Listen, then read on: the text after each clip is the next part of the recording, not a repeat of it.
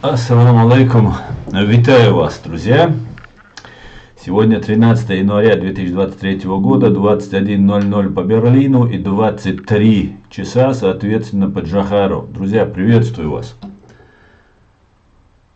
Так, все здесь отлично. С вами Аслан Арцуев на канале Реалити и в ТикТок. Аслан Арцуев Реалити. Друзья, стрим идет в ТикТок, стрим идет в YouTube. Я вас всех витаю, приветствую, шалом. Шалом. Ва алейкум салам. Всех приветствую, друзья.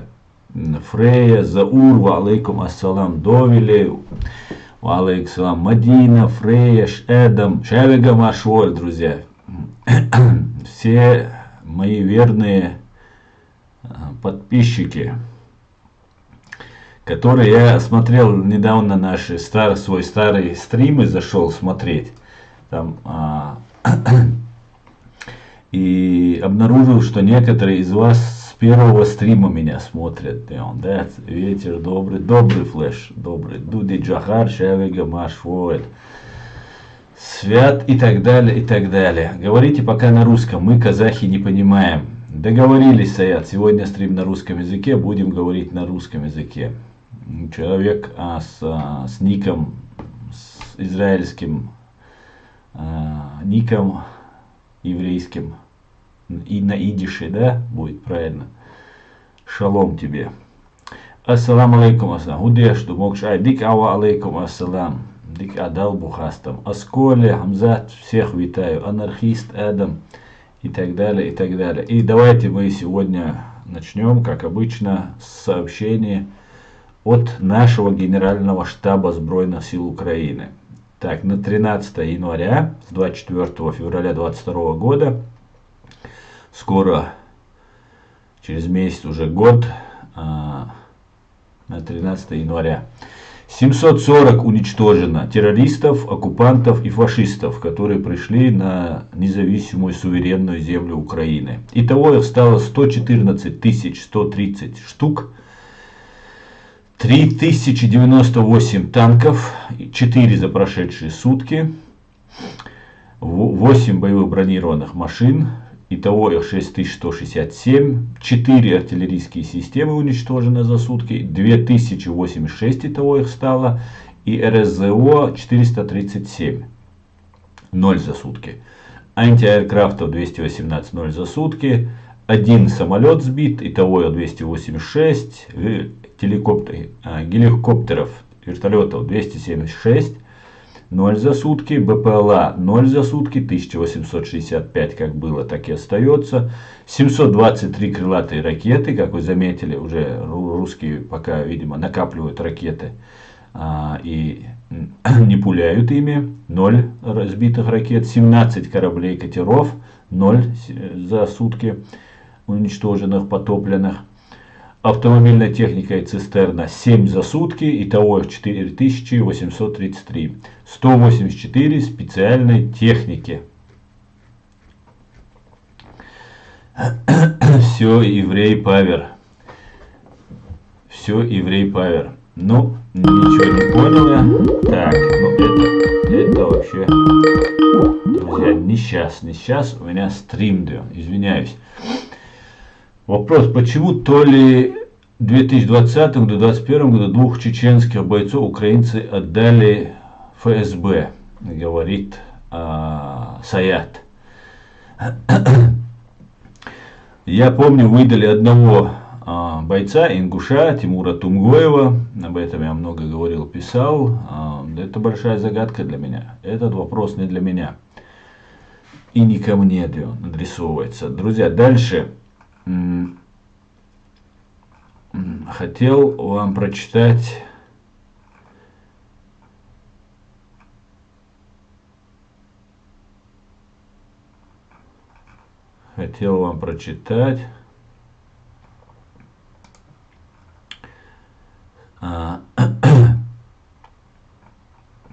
сообщение. Мы будем поддерживать, это тоже на сайте Генерального штаба Збройных сил Украины, мы будем поддерживать Украину до тех пор, пока это будет необходимо. И из того, что я вижу от наших союзников и партнеров, они чувствуют то же самое. Так что мы остаемся едиными в наших усилиях, заявил министр обороны США Ллойд Джой Остин. Третье. Во время совместной пресс-конференции с госсекретарем США Энтони Блинкеном, госсекретарем Японии Хаяси Йошимасой и министром обороны Японии Хамада Ясукадзу 11 января 2023 года в Вашингтоне, округ Колумбия. Мы сосредоточены на том, чтобы сделать все возможное, чтобы украинцы имели возможности для успешной защиты своей суверенной территории. На следующей неделе мы проведем очередное заседание контактной группы «Рамштайн» в Германии, где соберутся около 50 министров обороны, чтобы обсудить, что сейчас нужно Украине и что им нужно для успеха в будущем, подчеркнул министр обороны США Ллойд Джонс Остин III. Генсек обороны США Патрик Райдер заявил во время брифинга в Пентагоне, что министр Ллойд Остин с нетерпением ожидает встречи с главами оборонного ведомства из примерно 50 стран. Он уточнил, что на встрече будут председательствовать министр обороны США Ллойд Остин и председатель Объединенного комитета генерала штабов Марк Милли. Райдер также подчеркнул, что данная контактная группа играла важную роль в выявлении, синхронизации и обеспечении военного потенциала украинцев необходимости защиты своей родины от российской агрессии. Мы вместе с Украиной выступаем против войны президента Путина, которая угрожает принципам основанного на правилах международного порядка, в том числе о том, что все страны должны прикладывать свой собственный путь и уважать свою уверенность, независимость и территориальную целостность. Здесь как бы с переводом идет, я читаю, поэтому может быть не совсем звучать по-русски. Мы работаем с нашими партнерами по Большой Семерке над введением скоординированных санкций против России за ее агрессию в Украине, а также для оказания Украине помощи в ремонте, восстановлении и защите ее боевой энергетической системы.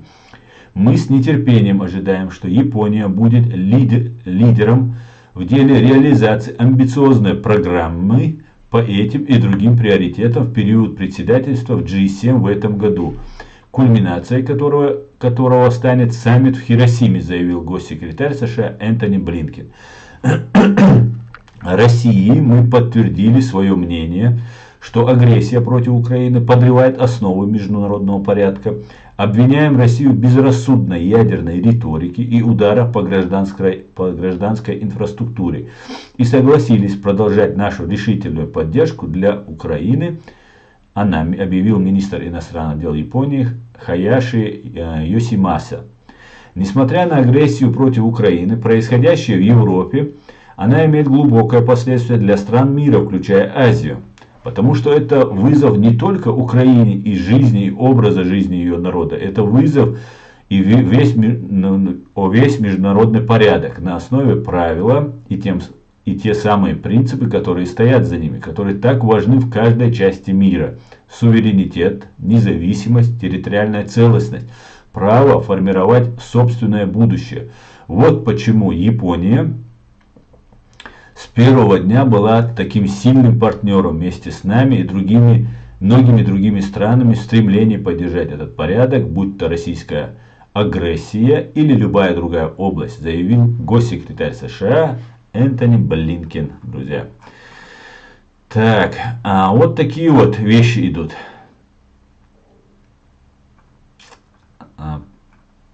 Со всего мира.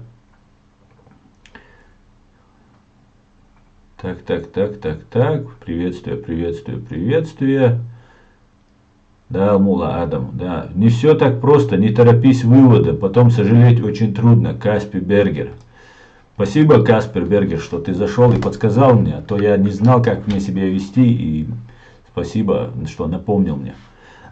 Баму чири машвоэль, ва алейкум ассалам. Чири ва алейкум ассалам, шаверга машвоэль шо.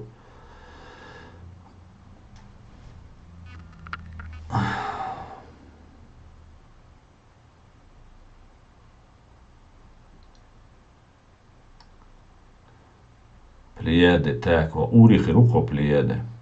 Ну, Ури, лучше задавать вопросы, чем вот одни и те же повторять и забивать нам. Это лучше задавать какие-нибудь вопросы. Войнах, алейкум ассалам, маш воль, воль, кучумелю, инак все новые вошедшие. Приветствую вас, друзья. Здравствуй, Старк, Тимур, все, алейкум салам. Так, салам алейкум, ассалам. У меня вопрос, чем эти лучше других, когда те и другие убивали? Идрис, Германия, Ингушет. Босю, Идрис. Алейкум ассалам.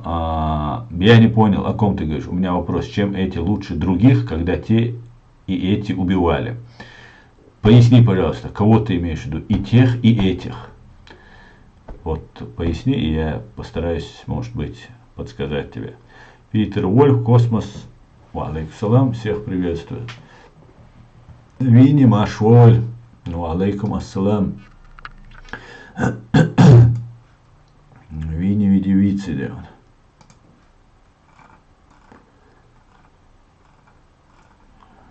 да. Давайте я вам покажу одну интересную фотографию. Вчера смотрел в ТикТоке, ну, к сожалению, увидят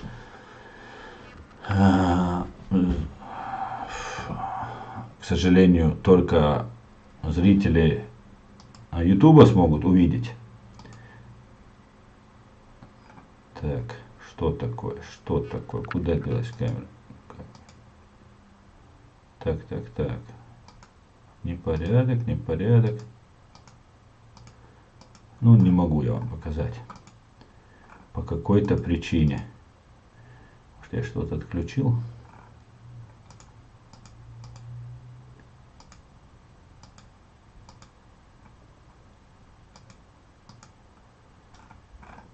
Ну, не получается у меня почему-то переключить.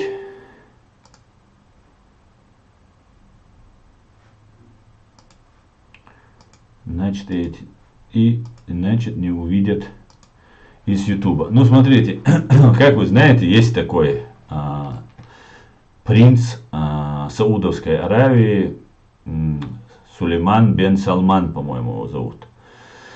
Так вот, вчера видел небольшое видео в ТикТоке, где он говорит, собрались много арабов, он там перечисляет Катар, Кувейт, Бахрейн, там другие третьи страны.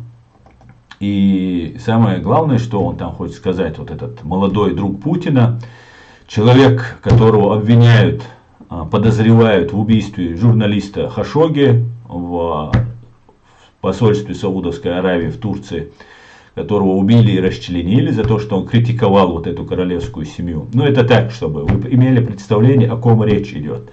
О том самом брате-мусульманине, который там прикидывается таким набожным человеком. Но если он друг Путина, и они очень мило общаются, об этом можно уже как бы сделать соответствующий вывод. Так вот, вот этот Бен Салман, много там арабов собралось, все как обычно в платьях, как положено.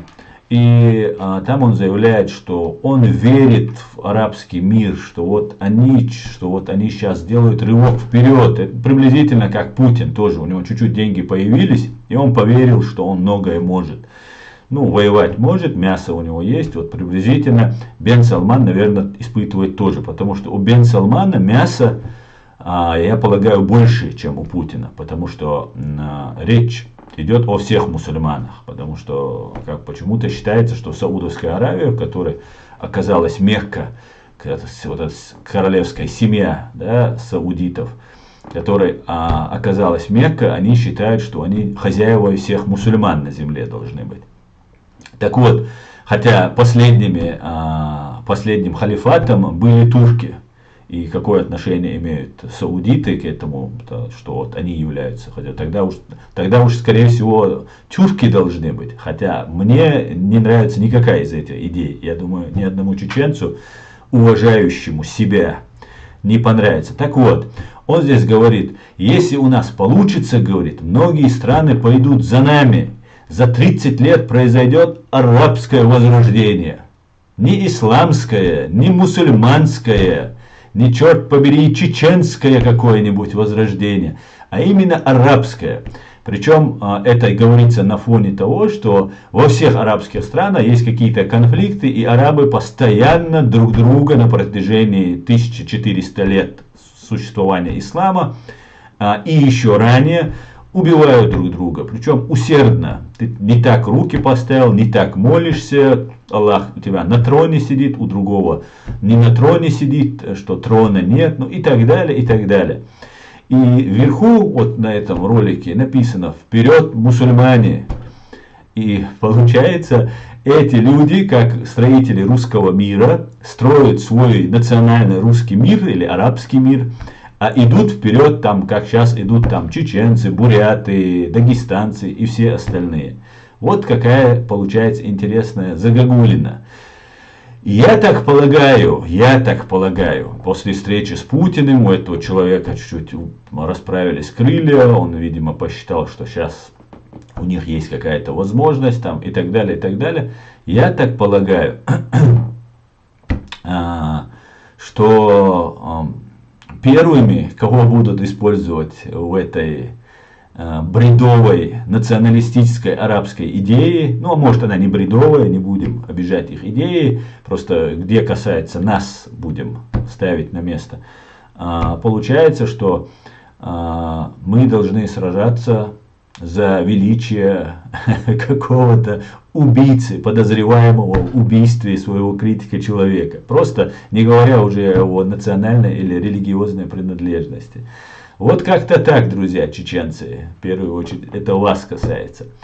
Будьте внимательны, не забывайте эти слова и вот куда нас будут вести. После встречи с Путиным у него расправились крылья, и они решили нас с новой силой использовать. Слава, или к сожалению, полезных идиотов у них хватает. Так, вот как-то так.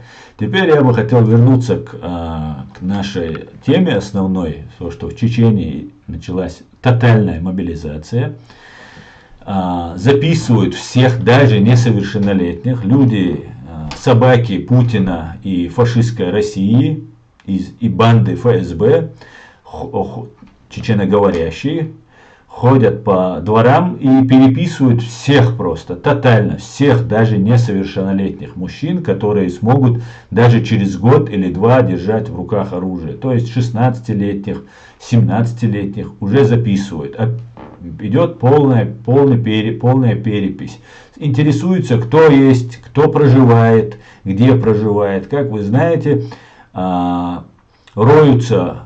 берется техника, роются блиндажи, окопы, куда-то отгоняются, там вокруг населенных пунктов роются, где-то еще там куда-то перегоняют технику. Технику нужно бесплатно отдать, грузовую, там экскаваторы какие-нибудь. Также напоминаю чеченцам, что во время военного положения, которое уже фактически введено в фашистской России, джипы, такие большие машины, они будут изыматься для нужд войны, как говорится. Так что, друзья, продавайте свои джипы. Так, давайте перейдем к вашим комментариям, друзья. Лично мое мнение такое. Так. Ассаламу алейкум. Зачем блокируешь своих подписчиков? Вопрос их не нравится. Шинобин Кудзаки. Ва алейкум ассалам. Почему же? Я блокирую не всех, блокирую только разных людей, которые оскорбляют или же несут откровенную пропаганду, откровенно лживую пропаганду. Если вы хотите со мной поговорить о каких-то фактах, с которыми вы не согласны, вот сейчас у меня идет стрим в ТикТок, вы можете зайти туда, попросить меня принять вас, я приму, и мы давайте поговорим. Я думаю, всем зрителям будет интересно послушать наш диалог.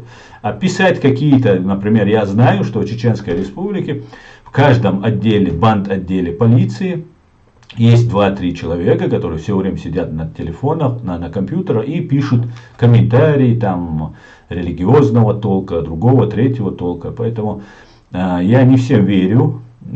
имею основания для этого, поэтому давайте, если хотите поговорить, поговорим.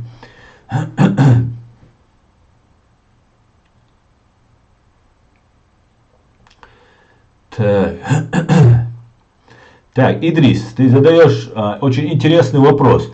Ты зайдешь ко мне, ты в Германии, я думаю, тебе безопасно, ты ингуш, в Ингушетии родственников особо не пытают. Зайди тогда, давай поговорим и про Байдена, и про Салмана. Я так понимаю, ты у нас человек, который готов идти ради арабского национализма. Давай, зайди, заходи, поговорим. Ну, если ты в Германии, если ты на самом деле ингуш, давай поговорим. Мне будет интересно. Я открыт, как вы видите, для всех, для диалога, для любого человека, если он без мата, без оскорбления. Нет, я просто человек. Я тоже просто человек. И у меня тоже 2 руки и 2 ноги. Давай, Идрис, покажись, что отставь свою точку зрения. По крайней мере, давай поговорим про Байдена и про Бен Салмана. Я отмечу одну небольшую разницу между этими 2 джентльменами. Байден временно избираемый президент, которого могут затаскать по судам и могут так достать, как достали Трампа. Этот Бен Салман, даже дело не возбудили после убийства его критика. Это так, чтобы ты понимал. А то, что он делает ламаз или делает молитву, для меня ровным счетом это ничего не значит. Я знаю, как Кадыров на камеру, на телевизор, как делает ламаз, как он это показывает. Поэтому это такие не очень мудрые, скажем так, вещи. Заходи, давай, Идрис, поговорим с тобой. Мне будет интересно поговорить. Так, Аслан, тебе отдельный маршал. Дуже дякую. Вотишка, ва алейкум ассалам. Всех приветствую. Сюрдик хильфре, хахуль, сюрдик. Есть такой блогер Камикадзе. Так вот, он говорит, что Германия начала покупать нефть через Азербайджан у России. Это правда или нет, Аслан? Знаешь, нет, я не знаю об этом. Я об этом не знаю. Но сейчас нефть упала в цене. Больше $60 ее продавать нельзя. Там целая такая система, да? Поэтому вот как-то так дело. Ну, Камикадзе, наверное, знает Камикадзе, имеет какие-то инсайдерскую информацию.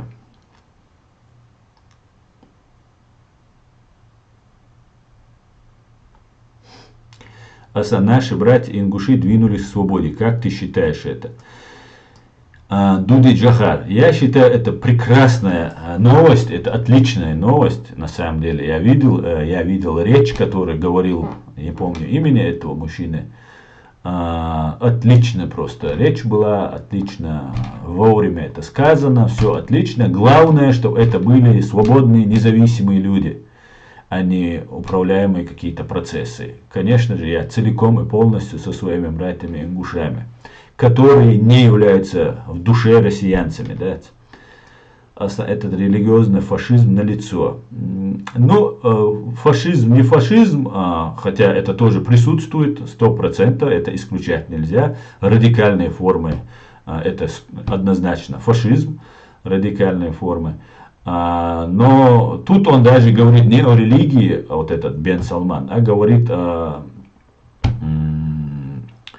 арабском национализме, он говорит. Ну, полный вперед. Так, Аслан, ответь на вопрос в прямом эфире. Кто представляет правящие элиты России и США? Ну, у тебя вопрос, конечно, очень такой хороший. Отдельный стрим нужно по этому поводу проводить. Причем мне нужно будет тщательно подготовиться. Я знаю, что в России, например, элиты представляют русские фашисты из КГБ, ФСБ. Да, я понимаю, о чем ты говоришь, что там есть евреи, там и так далее, и так далее. Да, на телевидении есть евреи, олигархи есть евреи, да, это правда. Как есть и армяне на телевидении, да. И, например, есть чеченцы, может, некоторым не понравится, которых используют как этих евреев-олигархов. Они являются кошельками. Ни Абрамович, ни другие, Ходорковский, сам знаешь, тоже бывшие КГБшные вожак, да, комсомольский вожак и так далее, и так далее. Поэтому заправляют элитами трудно назвать эту субстанцию, но фашистской России заправляют всем русские гибнюки, русские фашисты, самые настоящие фашисты-империалисты. Это так тебе. За США тоже, я чуть поменьше, конечно, знаю за США, но я могу сказать, там тоже не евреи. Хотя евреи там играют намного большую скрипку, чем даже в этой фашистской России. Потому что в фашистской России они, только номинально, как те же кадыровцы, которые исполняют роль каких-то бойцов, там, пробивающих там, дорогу вперед идущему КГБ. А так англосаксы, я тебе скажу по секрету, и уже давным-давно, веками, у них даже есть в Англии, Великобритании королева есть своя, сейчас ее уже нет, к сожалению, она умерла недавно, сейчас есть король Англии и так далее, и так далее. Сейчас Америка и Англия, они сейчас уже, как мне подсказывали, правая и левая рука. Это так, чтобы ты понимал.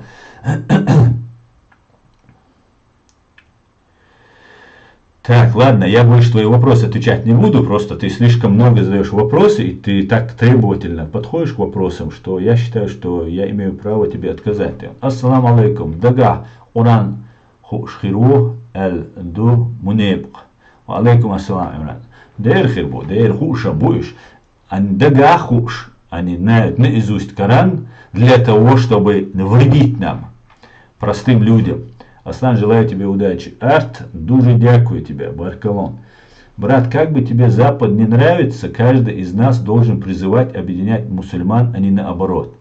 Как бы тебе Запад не нравился, ты имеешь в виду, да? Я призываю объединяться мусульман. Я призываю объединяться христиан. Я призываю всех людей на земле объединяться.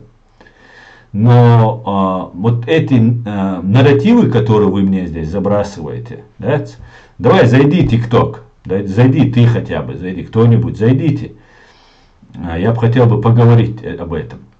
Я не призываю разъединяться никому, полный вперед. Я даже знаю одного, был у нас один президент, Зелимхан Яндарбиев. Так вот, он по всему миру ездил, арабскому миру, и призывал всех объединяться. Он просил этих арабов. И знаешь, что они сделали? Они в десна целовались с теми, кто бомбил просто под ноль наши города и села. Поэтому всех вот этих всех объединяющихся, я хочу, чтобы они объединились. И после этого, возможно, если мне посчитаю нужным для своего народа и для себя, если я это посчитаю, пойти к ним и, может быть, присоединиться к ним. А так, присоединяться я, конечно, всех призываю. И не наоборот. Наоборот, разделение это плохо. Надо объединяться. Очень хорошо. Быть здоровым и богатым лучше, чем быть голодным или больным и бедным. Так что вот так вот. Понятно, что у вас есть такое мнение, и я вас понимаю. Это хорошее побуждение. Но надо что-то для этого делать, кроме того, чтобы советовать людям, как себя вести. Я живу в Германии среди единомышленников. Айхмана. Халид. Я живу в Германии среди единомышленников. Отлично, Халид, поздравляю тебя. Элиты, я думаю, Аслан, только деньги. Во всем мире только деньги. Во всем заправляют только деньги. Идрис. Я соглашусь с тобой тоже отчасти в этом плане, но я тебе скажу, смотри, деньги это очень хорошо, и деньги они нужны всем государствам, и все государства имеют свои национальные интересы, свои крупные корпорации и так далее, начинают войны из-за денег, нефти, газа и всего остального, из-за рабов раньше начинали, из-за золота и так далее, это все понятно, но вот твоя вот эта радикальность, крайность, что вот только из-за денег, все только деньги управляют, опровергает один простой пример, который произошел на твоих глазах.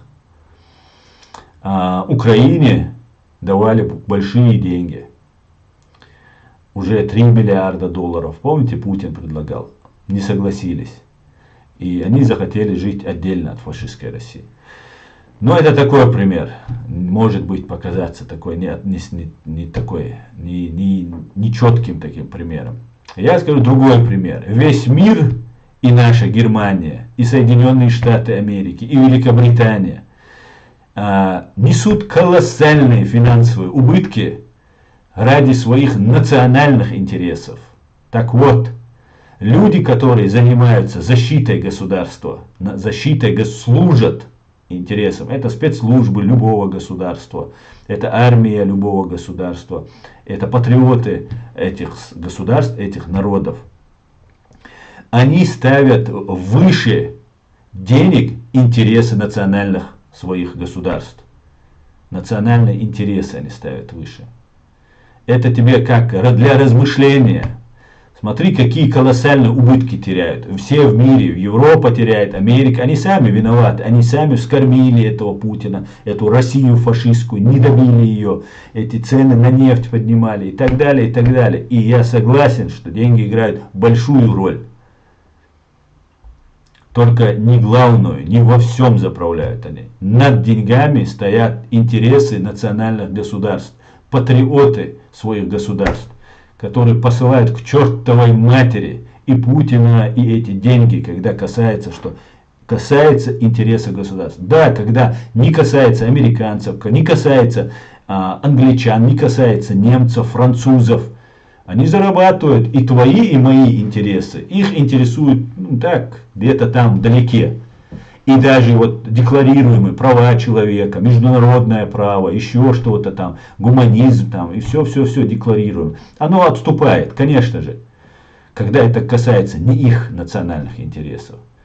И они зарабатывают деньги, несмотря ни на что. А так как мы с тобой, и ингуш, и чеченец, очень малый вес имеем в процентном соотношении в этом мире, нами с тобой жертвуют, как считают нужным. Поэтому у тебя складывается такое мнение. Муслим дался айоль, а Мерседес.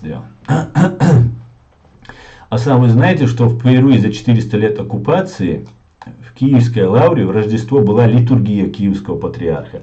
Это одна из важнейших новостей. Верю, что ФСБ РПЦ будет изгнан из Украины.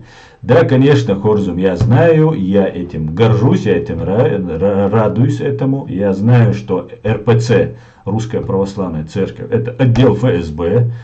И когда произошло разделение, еще при Порошенке, мы здесь в Гамбурге с украинцами праздновали этот день. Здесь есть украинская церковь. Мы поздравляли украинцев. Я искренне рад этому и всячески вас поддерживаю этого. Как мусульманин я искренне поддерживаю украинскую православную церковь. А теперь можете это вырезать, злопыхатели, и давайте гасите, боже, да?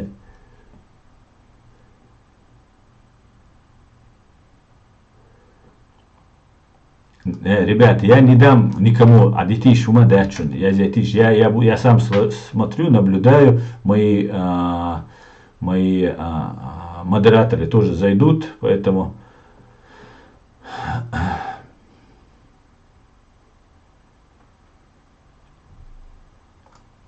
так, Плеяд, я тебя забаню, потому что ты оскорбляешь ингушей. А оскорбления здесь я не позволю.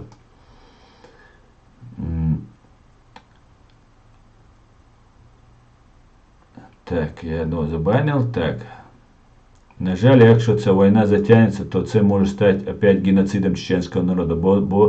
Бо нема разницы, яким чином народ убивают. Да, совершенно верно, Богдан Федорович Буртин. Абсолютно с вами согласен. И 21 сентября, когда началась мобилизация, я это назвал геноцидом. И я вижу, что к этому это все идет. Геноциду, очередному геноциду чеченского народа. Большому сожалению, чеченцы еще до конца не осознали, что происходит. Нас усыпляют разными там отвлекающими маневрами здесь на политическом, информационном поле нашем. Но мой бедный многострадальный чеченский народ нуждается у нас здесь, надеется на нас здесь, живущих в Европе, за границей. Но, к сожалению, мы что-то очень неактивно себя ведем. Хотя пытается каждый помочь своему родственнику, провести какую-то эвакуацию, послать денег, вывести и так далее, и так далее. Но, к большому сожалению, вот эти разные полезные идиоты, агенты российских спецслужб, они сделали очень много, и мы сами много там натворили, что Европа тоже не очень в последнее время себя вела в соответствии с гуманитарным правом. Нам отказывают в въезде, к большому сожалению.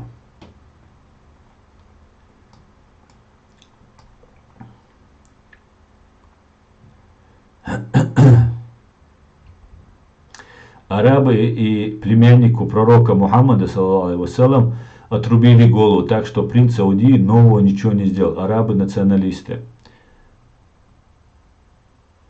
Видел, как буддист призывал на джихад и учился, как стрелять. Нет, помогут. Уже буддист призывает на джихад. Вообще, там такая каша у него, я смотрю.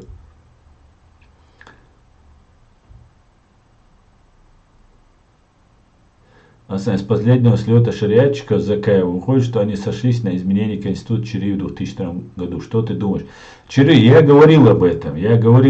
Во время военного времени фактически было нарушение Конституции, фактически отмена действий Конституции, главных первых статей Конституции и заменой какой-то группой лиц, которые вот сейчас, может, они захотят подчиняться Бен Салману. И это делается для того, чтобы завтра говорить, у Конституцию, у выбор народа, мы решаем, короче, вот это говорит. Я, конечно, с этим не согласен, в корне. Нужно говорить о геноциде чеченского народа, о мобилизации, которую русские террористы проводят на нашей земле. Вот о чем нужно говорить, а не заниматься здесь попыткой узурпации власти, незаконной, замечу, узурпации власти, что является тягчайшим преступлением в соответствии с Уголовным кодексом Чеченской Республики, да, и любых других кодексов, да. Ясер Арафат с Ельциным десны целовались, когда бомбили Ичкерию, а эти идиоты сейчас за Палестину плачут, да. Аслан, в Ливане высшие должностные делят по религиозному признаку, говорят, это неэффективный метод, так как государство должен управлять человек любой веры. Но чтобы народу пользу приносил. Да, Заур, именно так. Если делить на вот эти вещи, это большой провал. За 1400 лет в исламе, и не только в исламе, сейчас просто как мусульманин я об этом могу говорить, и в христианстве, и в любых других религиях, конфессиях, столько произошло разных разделений, течений, каждый, управляя в свою угоду народами, переписывал религии, и в христианстве везде так происходило. А в исламе за 1400 лет люди так и не пришли к единому пониманию, да, общее единое понимание, общие какие-то там есть основные, и все, а дальше идет вообще разброд и шатание просто полное. И мы видели в Сирии, как происходило. И с этой стороны люди говорили Аллах Акбар, и с этой стороны говорили. И с этой говорили нет Бога, кроме Бога, единого Бога, и Мухаммад пророк его. И с этой говорили. И так яростно друг друга уничтожали, что я задумался очень, как это вообще, эти люди вообще, они адекватные, они в своем уме. Убивать ради Бога, причем оба говорят на одном языке и поклоняются одинаково, вроде бы одинаково Богу. Убивают друг друга с такой яростью, называя там, по-разному называя. Вся проблема, мне кажется, эта проблема связана, конечно же, с особенностью психики людей некоторых, но еще это связано с тем, что люди не образованы. Очень необразованный. В 21 веке быть таким необразованным, это не просто стыдно и нехорошо, это еще чрезвычайно опасно. Чрезвычайно опасно.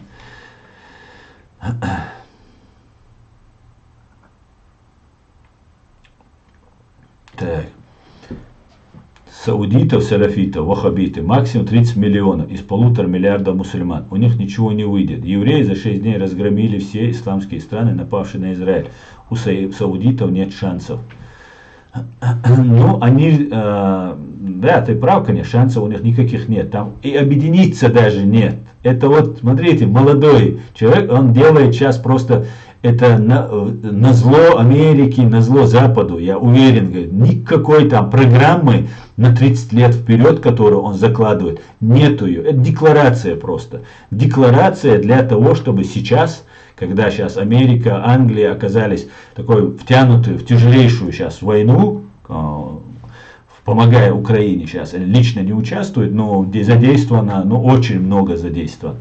А как мы знаем, в этих странах демократия. И если чуть-чуть начать раскачивать народ внутри этих стран, то эти народы могут выходить на улицу и говорить, мы не хотим помогать Украине, вы извините, но мы не будем помогать. И так далее, и так далее. И таким образом они хотят испортить, ну, мешать, хотят помешать, помочь. Поэтому, да, есть такое. Так, давайте почитаем, что у нас пишут тут.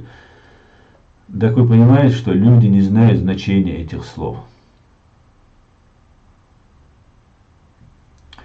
Так, ассаламу алейкум. Что вы скажете про чеченских парней, которые воюют на стороне Украины? Я могу сказать, ва алейкум ассалам, Магомед, я скажу, что это ребята, которые делают, они находятся, скажем так, они находятся на правильной стороне истории, я скажу так.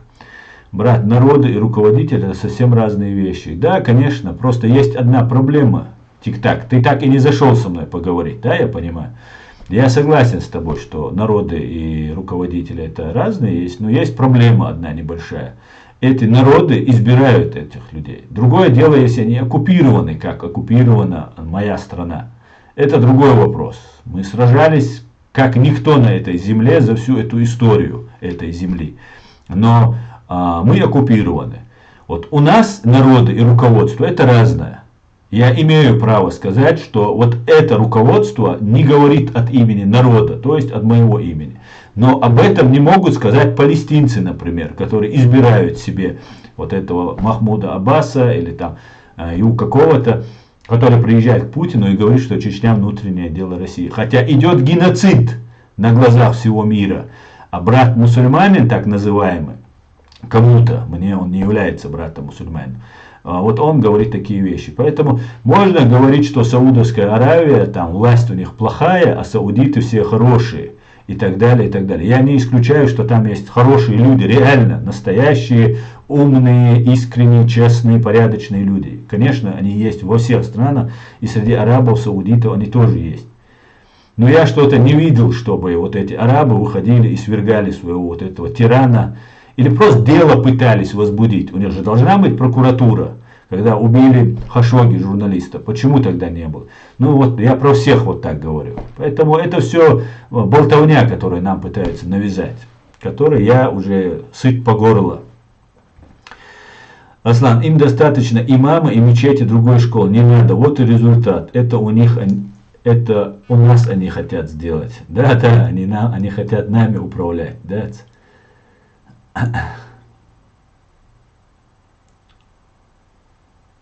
Аслан, кто официально представляет сегодня ЧРИ на международной арене? Никто, я тебе могу сказать, никто нас не представляет. Вот реалити канал представляет нас на международной арене. Это все наше представление. Да? Фанатики и невежды самые опасные, что в мусульманстве, что в христианстве, коммунизме или другой религии. Да, именно так. Арабам глубоко плевать на всех мусульман. Главное их деньги и бизнес, когда люди осознают эту истину. Да?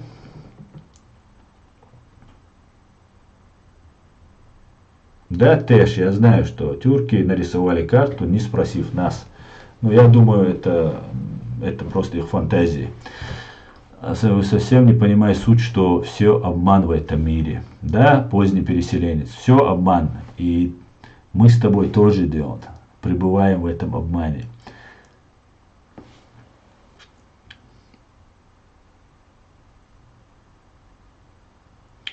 Хочешь баттл со мной? Аслан говорит. Не хочу я баттл, я хочу просто поговорить. Баттл, лайки собирать, это мне не интересно. Дикси, ассаламу алейкум. Ва алейкум ассалам. Камарджоба генацуаля. Германия до сих пор с Россией против чеченцев. Никогда Германия не была с Россией против чеченцев. У Германии были свои интересы. И были чеченцы, которые себя вели так, что они заставляют быть. Ну, а есть отдельные люди, личности, которые работают, даже работают на Россию. Да, это тут тоже имеется, это правда. Алейкум салам, муслим.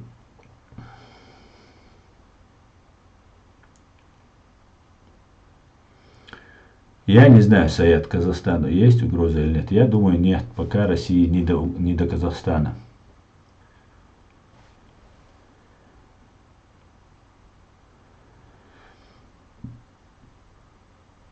Дик углуаку, алейкум ассалам.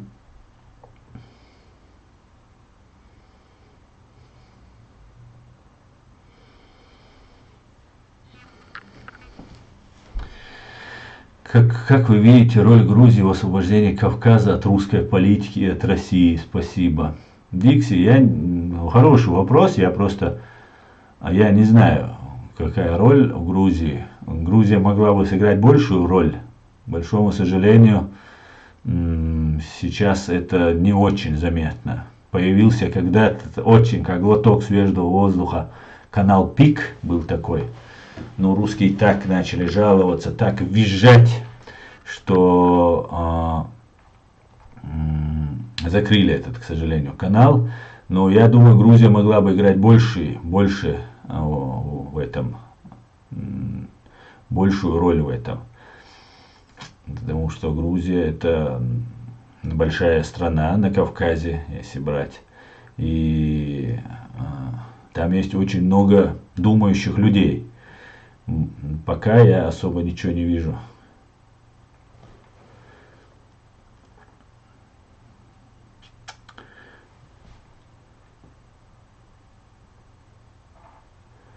Не будет ничего для нас. Скоро весь мир будет под тотальным контролем, и война для этого сделана. Ну, ты хочешь сказать Nord-East, что Путин с Патрушевым, чтобы взять нас под контроль, сделал это все, да? Договорился, значит.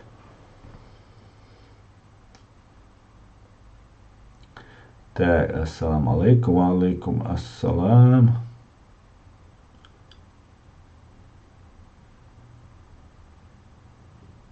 На какую тему, Тамерлан, ты хочешь поговорить?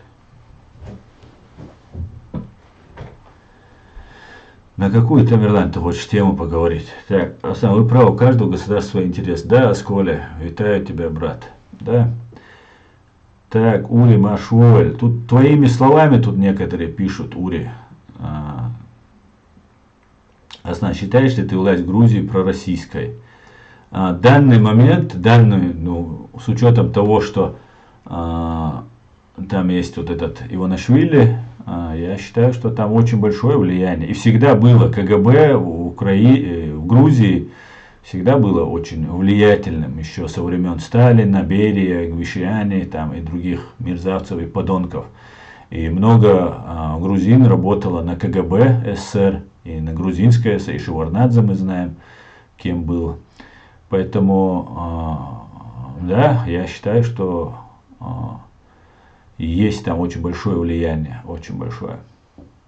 А сам мне так кажется, что русские в Германии намного больше патриоты, чем в России. Есть такое, но уже начали некоторые понимать на самом деле, что они несут чушь просто. А так в основном здесь люди живут чисто в своем русском социуме, смотрят российское телевидение, общаются, многие живут по 20-30 лет и не получают ни образования, не работают, живут на социале и так далее, и так далее. Так, сразу двое ко мне тут набиваются. Друзья, я вас пока отклоню, но вы мне скажите, кто вы, что вы, зачем. На сегодняшнюю тему проблем Кавказа и малых народов. Тамерлан, я пока не готов сейчас эту тему обсуждать, потому что я хочу сейчас обсудить, вступит ли НАТО в войну за Украину против фашистской России. В данный момент Грузия, как и другие СНГ государства, подвержены влиянию России. Да, да. Маша Ури. Что теперь делать молодым чеченцам, как избежать призыва в армию? Знаешь, свобода, равенство, справедливость.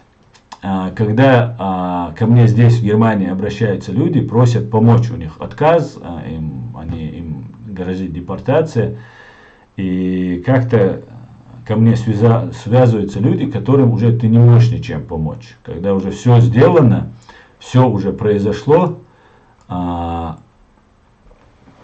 просят там помочь. Один раз ко мне со мной связался один парень, его везли уже в аэропорт для депортации. И он со мной связался и говорит, вот так и так, меня везут для депортации. Не он связался, его знакомый связался. Кажется, так это было. Что нужно помочь человеку и так далее, и так далее. Поэтому трудно, когда уже границы закрыты, когда уже все произошло, что-то советовать в этой ситуации, что им делать. Не жить дома, копать землянку, жить где-нибудь так, чтобы в каком-нибудь месте, где ему будут приносить еду женщины, кто-нибудь, мама, сестра, жена, кто-нибудь там. И переходить на нелегальное положение и прятаться. Вот что я могу предложить. Потому что другого просто выхода из этой ситуации я лично не вижу. Когда я говорил, еще в начале этой войны говорил, когда только началось, у меня есть видео обращение еще в феврале я это говорил, в марте это говорил, что будет мобилизация, будут закрывать границы. Сейчас я утверждаю, продолжаю утверждать, что будут массовые расстрелы, массовые репрессии будут, в том числе расстрелы будут. Будет введена смертная казнь. Когда вот это все происходит, я не знаю, что больше людям советовать. Потому что, ну, во-первых, мне всячески пытаются мою информацию, которую я пытаюсь донести до людей, ограничить, в том числе дискредитируя меня, чтобы не вызывать доверия тому, что я говорю. И запрещать каналы мои там, и так далее на территории фашистской России. То, ну, я не знаю, что еще посоветовать. Каждый раз, когда уже петля затягивается, ну что еще можно сделать?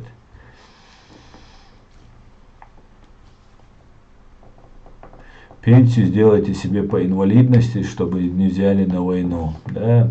Дай взятку Бога. Проблемы нет у людей, и взяток нету, и ничего нет у людей.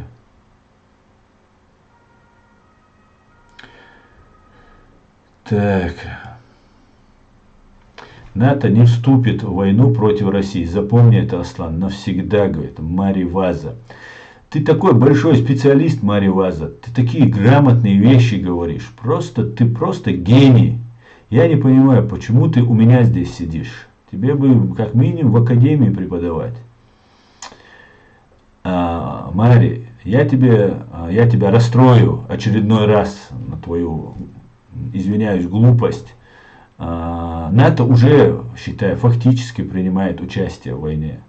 В Польше объявлена мобилизация, это НАТО, если ты помнишь. Страны Балтии признали Россию фашистскую, Россию террористическим государством. Некоторые спонсором здесь в Европе признали, некоторые государством террористом признали.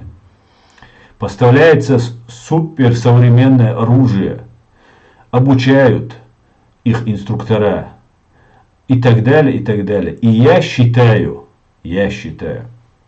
это, конечно же, не стопроцентная моя уверенность в этом. Я считаю, что НАТО вступит в войну. Представители стран НАТО вступят в войну против фашистской России. Если со стороны Беларуси, и вот новая мобилизация, вот этот террорист Шойгу сказал, что надо 1,5 миллиона мобилизовать, может там и 2, и 3 миллиона будет мобилизовано, мы не знаем. Объявил он цифру 1,5 миллиона, так как этим террористам верить себя не уважать, но будем исходить, что около этой цифры, а не точно, потому что если можно соврать, правду они не скажут никогда. Поэтому, если будет, скорее всего, будет вот это вторжение со стороны Беларуси, если не будут предприняты необходимые шаги. Они предпринимаются, украинцы перебрасывают свои войска на север, там Солидар, Бахмут, там разные вот эти, да, вещи говорятся. Идут тяжелейшие бои, там идут с этой стороны, хоть и потери меньше, да, со стороны Украины, там 10, к 15, к 20, к 1 потери у украинцев. Ну, с этой стороны гибнут, ну, если так понятно сказать, дворяне. Здесь гибнет элита, соль, суть, цвет нации. А здесь гибнет шушера, шваль гибнет со стороны России. Поэтому, конечно, потери украинцев большие, но хоть и 1 к 10. И если будет вот это вторжение со стороны фашистской Белоруссии и вот этих мобилизованных и так далее, я думаю,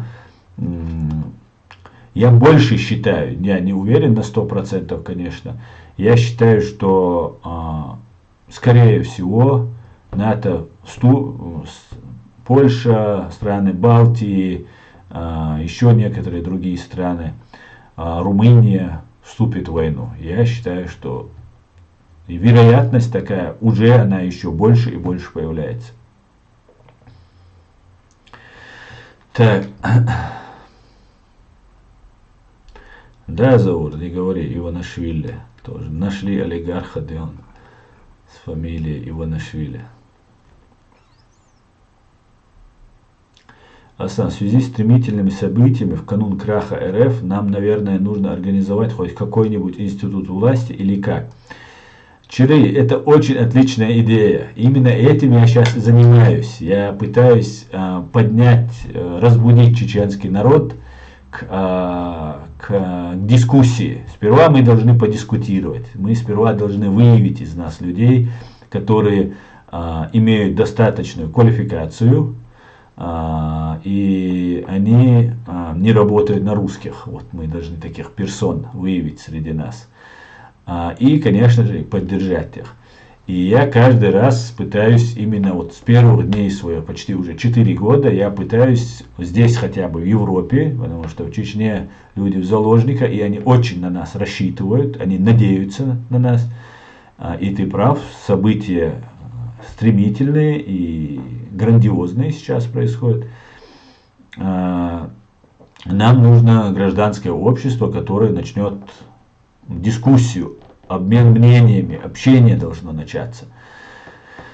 К сожалению, очень вяло все это происходит. Мы готовы пойти воевать куда-нибудь в Сирию, в Украину, куда-нибудь, куда угодно воевать мы готовы. Такие конкретные мы ребята. А вот чтобы вот политическую как-то институт власти или какую-нибудь политическую силу организоваться, у нас с этим очень трудно, очень трудно.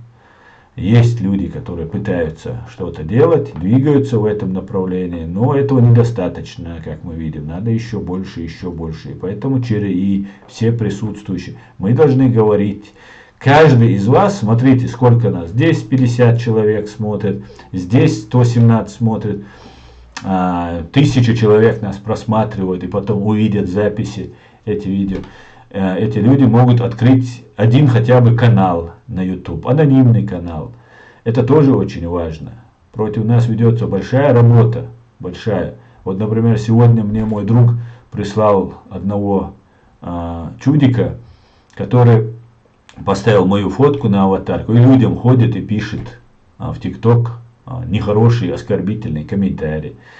Ну, это как пример я говорю. Вот, люди работают, они работают усиленно где-то, всего немного голосов у нас звучит открыто, и вот эти голоса пытаются дискредитировать всячески, и это имеет такой накопительный эффект, когда много говорят, что такой, сякой там, а я не святой, у меня тоже есть много, я могу что-то сказать неправильно, я могу сделать что-то неправильно. Это можно и раскручивать, и соответственно, добавлять много чего.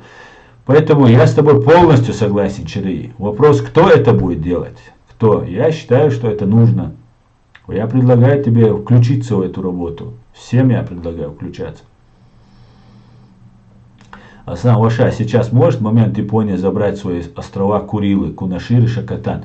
Я абсолютно уверен, что Асколи это произойдет. Несомненно, я только что читал вам сейчас заявление премьер-министра Японии, что он поддерживает Украину. Сейчас он возглавляет Японию G7 и будет дальше продолжать поддерживать Украину. И я, конечно же, считаю, что Япония на основании победы над фашистской Россией заберет свои Курилы. Ну, Кунашир и Шакатан, да, это так.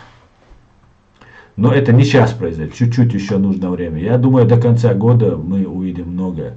Но к весне, через 2-3 месяца, мы увидим грандиозное просто. Может быть, до лета это дотянется. Все зависит от многих факторов. Да? Мы говорим о вещах с многими неизвестными.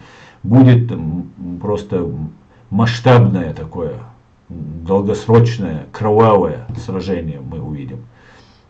Те сражения, которые сейчас происходят там под Солидаром, видите, они о нем говорят, 12 квадратных километров этот Солидар, там одна улица, и они на всех каналах говорят об этом Солидаре, что вот они. Дело в том, что украинцы не во всю силу бьются, они даже не вступают в бои с ними конкретно. Задача украинцев, командования поставлена четко, сохранять людей. Потому что реально гибнут цвет нации, дворяне гибнут против этих шариковых. Они раздувают вот этот солидар.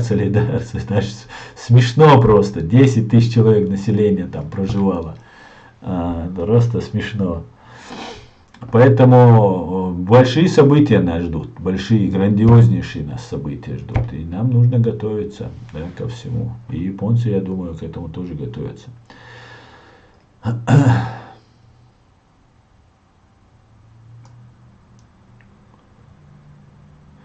Нас атакуют сотни гибневых троллей каждый день, Аслан. Значит, бьем прям по Кремлю и Лубянке. Да, Ури, абсолютно так.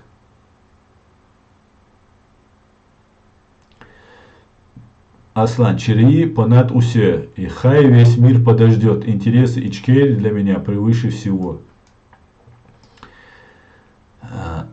Так действуют все государства на этой земле, все патриоты, все защитники своего государства именно этого принципа придерживаются. Ассалам алейкум, салам далхак долвежешк, ва алейкум ассалам амзад. Давно пора закончить этим колхозом под названием Россия. А сам мы вообще считаем, пару месяцев и России больше не будет. Нет, Ури, я так не думаю. Я пока с этим не согласен. Эта война может, эти события могут продлиться еще 10 лет, еще 20 лет эти события могут продлиться, друзья. Не хочу вас всех расстраивать, но турбулентность, в зону турбулентности, очень мощной турбулентности сейчас в зону эту попала фашистская Россия. И в пике может сорваться, и завтра утром, и еще что угодно. Может, какие-то силы есть, которые и Патрушева, и Путина замочат к чертовой матери. И так далее, и так далее. Я не знаю, какие есть возможности у американцев, у англичан, у других, в первую очередь, у этих двух великих держав внутри фашистской России, внутри КГБ. Я думаю, вот эти государства выделяли, зарабатывали колоссальные средства на фашистской России, на ее недрах, и не сидели без дела. Это очень мудрые, я так считаю, если они такие, как я о них думаю, то у нас намного все лучше, чем мы можем предполагать. Поэтому посмотрим, что может быть. Я тоже надеюсь в этом году поехать домой. Я планирую так. Я план поставил, что этот год тот, который я смогу вам включить свой эфир с горы Нашха, куда я вас всех приглашу есть шашлыки и деон.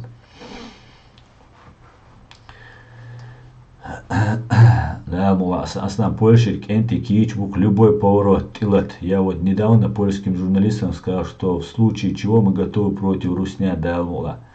Да, Адам польский, я думаю, Польша тоже примет участие в этой войне, потому что Польша очень готовится к этому, очень готовится. Потому что Польша реально следующая, реально Польша следующая.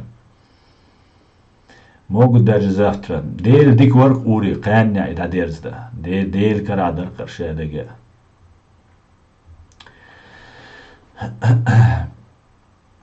Это польский. Твам бир вархвай, твам цабеш цули. Давайте подумаем, вайгар адам мета дехкан, сама дехкан, да, через Бог создать какой-нибудь там институт или управлять, что можно было бы, какую-нибудь такую вещь нужную, да, а то какие-то непонятные люди от нашего имени говорят, да, и нами пытаются управлять. Так, Тамерлан, мне не интересна эта тема, к сожалению. Я думал, мы там про религию там были, заскакивали, говорили, поэтому, извини, я пока не готов с тобой это обсуждать.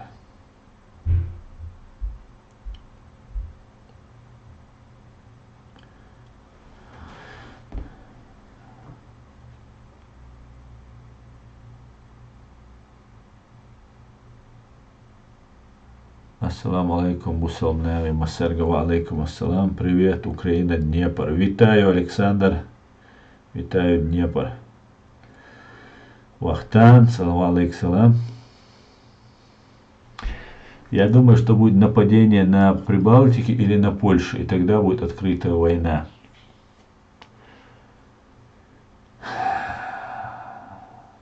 Не знаю, ну русские сейчас очень не хотели бы.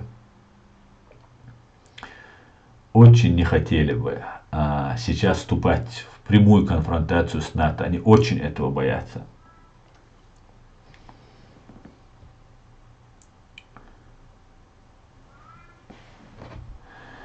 Аслан, пока ничего не слышно о мобилизации в Чечении. Ко всем, кому можно придраться, да, отправляют. Хиртенберг, я не знаю, в какой ты Чечении живешь, но я тебе скажу, что ходят по дворам и переписывают даже несовершеннолетних мужчин. 10 лет на Украине, говорит, градус. Я не думаю, что 10 лет на Украине продлится война. Ну, до развала, я имею в виду. Я думаю, в этом году больше уверен, что в этом году Украина свою территорию освободит. И я надеюсь, она на этом не остановится.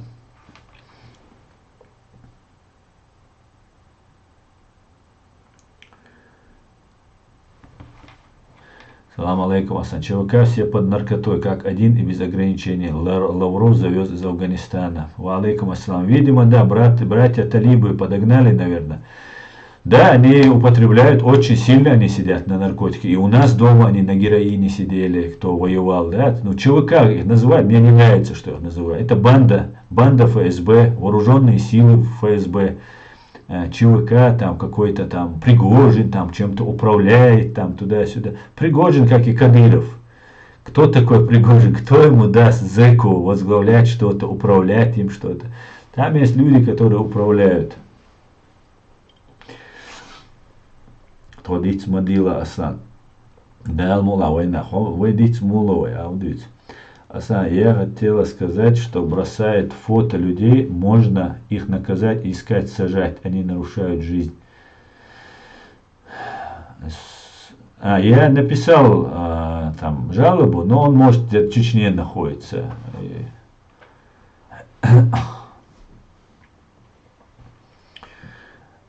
Смотрите, Джанго зашел к нам. Джанго это раб такой был, который вырвался за свободу. Ну, видимо, из этой серии. Потомок вот этого Джанго.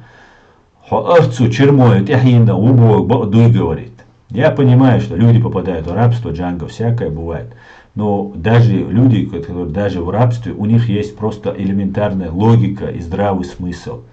Арцу Чермоев, у него фамилия была Чермоев, а Арцу его было, Орц его имя было. Это распространенное древнее чеченское имя. Поэтому я был бы, наверное, Чермоевым, а не Арцуевым. Поэтому, если ты хочешь что-то умное сказать, подучись немножко.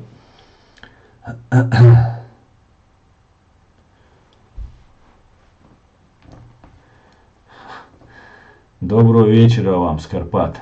Вітаю, Леся, вітаю вас. 15 лет деш. Бюгбар Украины. Причокачеш Украины. Цабюк переписывать беш. Дабик кетчеш бу для обороны, скорее всего, Москвы, я думаю. Для защиты Москвы. Москва бомбардировок. Ширил шишун. Дал мула. Цаши куюч.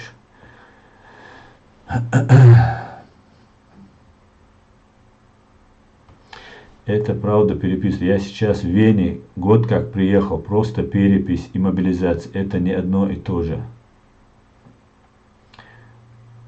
Топи орцы хилиш в войнах. Дайк антихилиши. Это были Топа и орцы Чермою. Они так назывались. Гутенабад. Гутенабад. Орцы Топ Бога.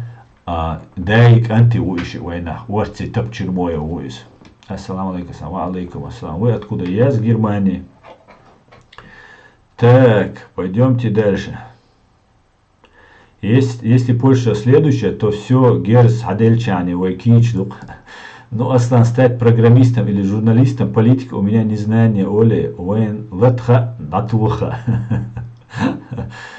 Делаешь, молотитлаш вой, освободилаш. Летер дуай. Давайте драться для защиты себя просто. Ты ардушиной. Молодец, вы лечена, дук изгна баршун, вы водешь. Аслан, смотри, Россию всех и всех где-то 90 миллионов, до 30 миллионов еле с натяжкой могут быть чмобики. Но, Ули, я тебе скажу, 30 миллионов, это большая отара, арава. Ну, я согласен, что 50 миллионов в Польше, 40 миллионов в Украине.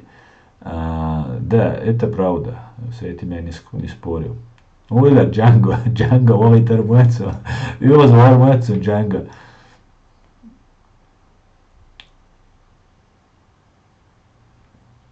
Родом с Германии? Нет, я родом с города-героя Джахара, с города Грозного.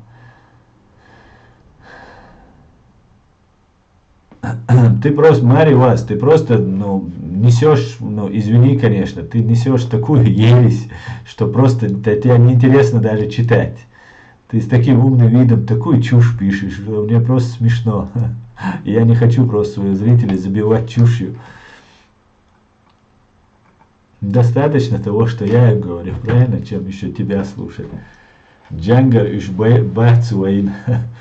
В детстве все, что происходит, я слышал от стариков, и они говорят, что Российская империя стерется с лица земли. Имран. Далбак дуэлькис, далбак. Иханти качакон. Война до Германии дойдет, к сожалению, не просто так. В 2014 году поток приняли азулянтов, уменьшают население. Нет, там чуть не совсем так, друзья. Население никто не уменьшает. Вот есть такое понимание, да, что люди разрастаются, людей много становится на земле, и из-за этого там нам негде будет питаться, мы бедные умрем с голоду. Это не совсем так, друзья. Точнее, это совсем не так. Проблема перенаселения, или увеличения, это и не проблема, это нисколько, а увеличение населения связано с тем, не с тем, что людей стало много на земле, а с тем, что или рождаться стало больше людей, а с тем, что люди стали жить дольше. Понимаете? Раньше 45 лет это была средняя продолжительность жизни. Потом это стало 60 лет продолжить. Сейчас и в России до сих пор. Даже 45, по-моему. Потом стало 70 лет. Сейчас люди живут и 80, и 90, и 100, спокойно живут. Если бы вы здесь в Германии видели бы, как люди, пенсионеры, как живут и так далее. И не только. Это связано с улучшением питания, что просто оно есть, это питание. С тем, что мы побороли практически все болезни, от которых люди умирают. Кроме онкологии, сердечных, там, и других, третьих, тяжелых таких сложных болезней, и то и онкологию лечат, и сердечные лечат, и много-много других болезней. Например, сахарный диабет, от которого очень много людей умирало, практически с ним живут абсолютно уже без проблем люди и так далее. Это связано именно с этим, а не с тем, что вот сейчас у нас перенаселение и все, сейчас надо убрать население. И спокойно в 10 раз больше, сейчас около 7 миллиардов человек, в 10 раз больше Земля может прокормить, не напрягаясь всех людей. Тем более с теми возможностями, которые мы имеем. И Земли меньше не станет. Землю сейчас люди могут просто, если не хватает земли, добывать землю и делать ярусы из этой земли и выращивать не как раньше в год один раз урожай собирать, а 3-4 раза собирать урожай можно. Ну и так далее, и так далее, и так далее. Еду искусственную уже делают. Потому что роботы скоро будут. Скоро будет так, что тяжелую работу всю будут делать роботы за нас. Через 10, 20, 30 лет мир будет другой. Мир уже другой. С приходом интернета и всем и так далее. Поэтому вот такие вот, друзья, дела. Не думайте, что вот нам забрасывают, что вот там есть какая-то там система, которая хочет. Да, есть система, которая хочет уничтожать людей. Абсолютное беспримесное зло — это террористическая банда ФСБ, которая находится на Лубянке. Вот это самое главное зло. Если уничтожить это зло, 80-90% террористических актов на земле, убийств, войн и всего плохого на земле закончится. Я даже боюсь, что тогда наступит конец света просто, потому что зло будет побеждено, абсолютное зло будет. Зло полностью не будет побеждено, но абсолютное зло будет побеждено. Поэтому вот как-то так, друзья. Поэтому вот такие вот дела, да. Асан, я снова подписался, потому что ты за Ичкерии. Хорошо. Так не слушай, бо Элин. Снись, бо Элин. Причем вот Элин, она вот это Вальсюк или непонятно кто, 07, видимо, с Кабардино-Балкарии, говорит, она знает, что у нас, обычно у нас кабардинцы, кавказцы, это служивые, русские подхолопники у нас, которые там служат. Со всего Кавказа согнанные. Она говорит, что никакой мобилизации нет, ничего нет. Значит, все это иллюзия. Вот как-то так-то. Так, а ты не зло, говорит, хе-хе. Я так понимаю, ты из Гамбурга, хе-хе, да? Да, я зло. Для террористической банды ФСБ даже вы не представляете, как они меня ненавидят. Да, для них я зло. И буду им до конца. Да, ла. Так, тот, кто хочет говорить про религию, там антитеррор зовется, идите к нему. Да, пусть идут. Асан Ваша, Топа Чермоев, нефтяной промышленник, по-моему, его убили в 1937 году советские агенты. По-моему, его не убили, он выехал сперва в Англию, по-моему, потом в Париж, или сразу в Париж, и там жил, и там умер. Да, это промышленник, нефтяной промышленник. Но, возможно, его в 1937-м там в Париже и убили. Я просто не знаю эту историю, я не слышал просто.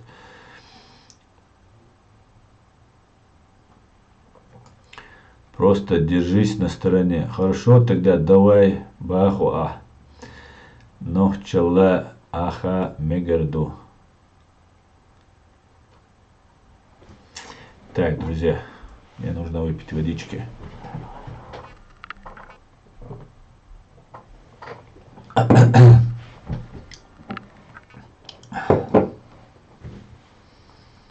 На 5 минут отключил. Так.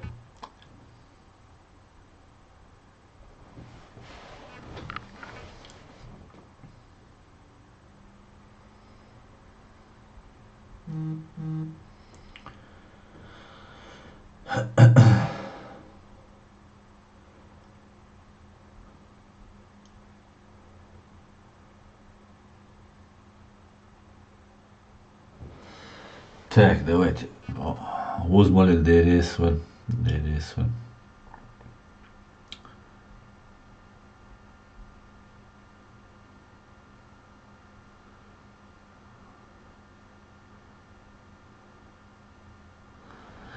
Могила во Франции, на его могилу поставили новый чурт.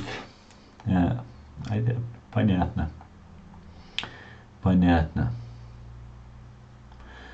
Аслан, химолица олат как бы.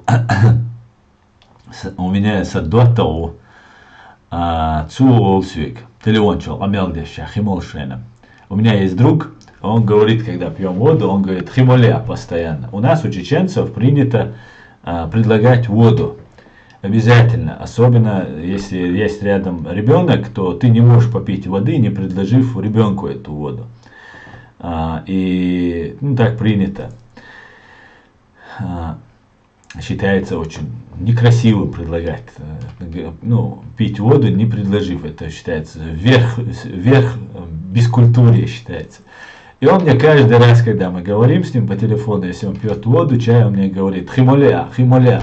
Я ему говорю, ты не можешь дать мне эту воду при всем желании, если я хочу выпить эту воду. Зачем ты меня спрашиваешь? Поэтому я не за дежурку, я за настоящий рылок, а не просто дежурный рылк, потому что так принято. Это тоже, этот рылк же имеет свои особые корни появления вот этих обычаев, традиций. Поэтому я за то, чтобы наши рылки, они были не дежурками, чуловео, я даловео, окве, ради дежурной фразы и так далее. Сундейла, в следующий раз начала, я понимаю, что ты шутишь, я в следующий раз именно так и буду говорить. Лично тебе, если я тебя тут встречу. Есть же демократическая партия, может ей тоже помогать. Конечно, помогайте, создавайте новые партии, помогайте партии, конечно, полный вперед. Да. Я уверенно могу сказать, если мы начнем драться, то все войны остановятся. Мы начнем драться, то все войны остановятся.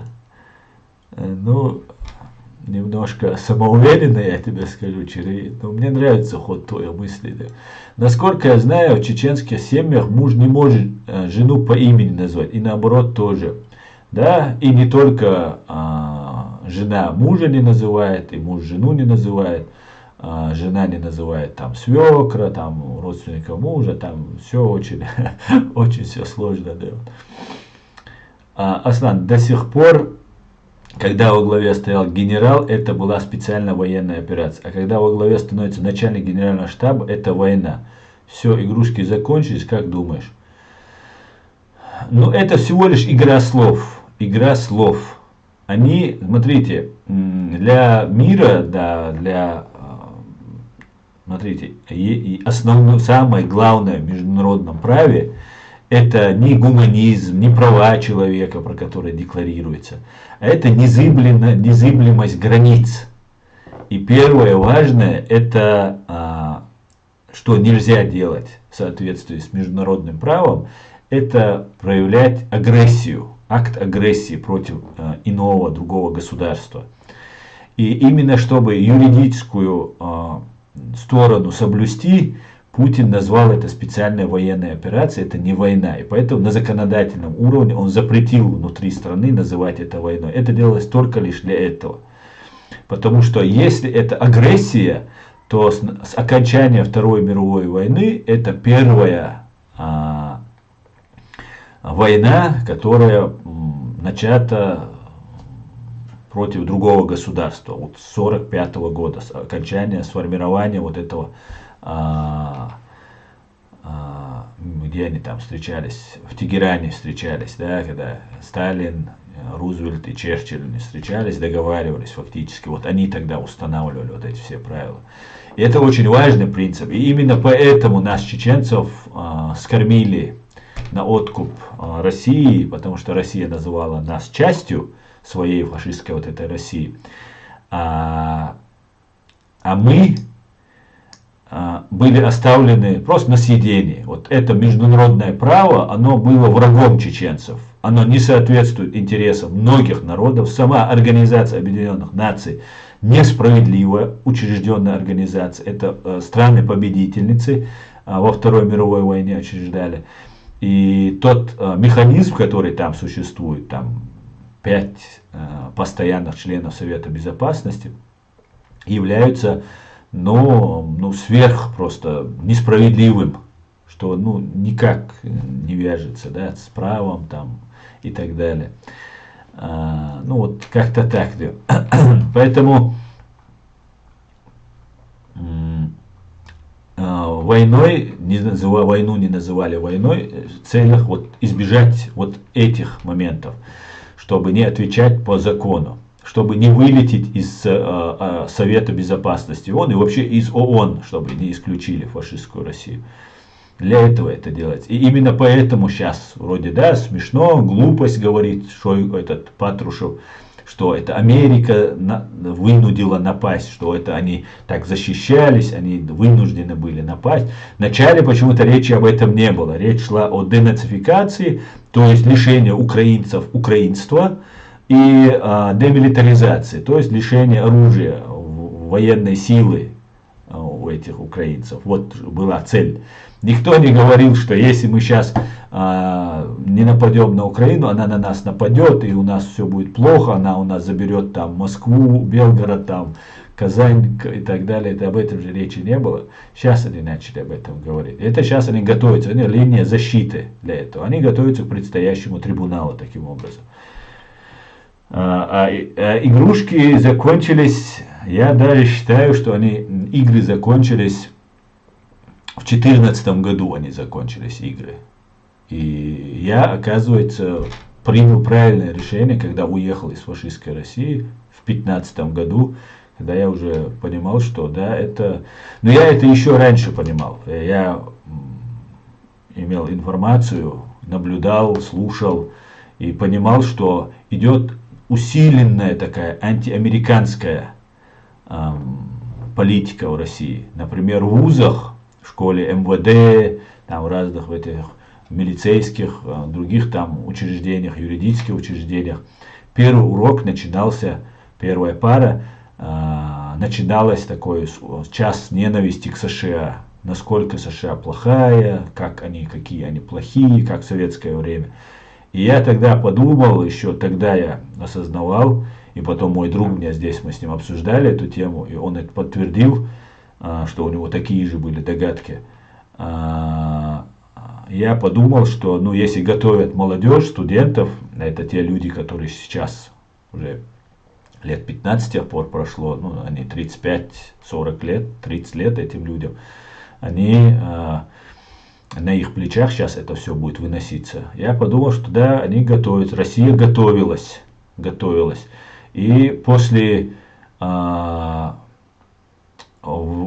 этой пятидневной войны в Грузии в 2008 году, да, она была, по-моему, вот с тех пор русские уже конкретно уже все, они порешали все проблемы, они поняли, что мир за Грузию не заступился, но недостаточно сильно заступился. Это такие пробные шары они пускали, пробивали.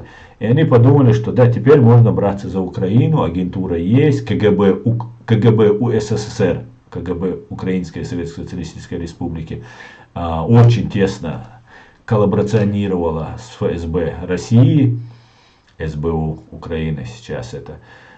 И они хотели стать новыми дворянами, и они решили перевернуть Европу, перевернуть эту цивилизацию и фактически вот своим вот этим свиным рылом влезть вот этот мировой порядок и сказать: мы будем теперь вам диктовать, хватит, нам нужны технологии, нам нужна Польша, разбить НАТО, напасть на страны Балтии. После захвата Украины страны Балтии и Польши, но вообще речь идет у них о том, они об этом давно говорят, давно открыто прямо это говорят, до начала даже войны в Украине они об этом говорили, их депутаты, их разные там так называемые ученые, они говорили о том, что к моменту вот этой тегеранской встречи, раздела мира, где Восточная Германия, вплоть до Восточной Германии, это их все зоны интересов, и в соответствии с международным правом, в соответствии с тем же ООН, в котором Россия является как правопреемник СССР, там, правда, есть СССР, там нет никакой Российской Федерации, и они на основании этого хотели сказать: ребят, смотрите, мы в ООН заседаем, наши танки стоят там в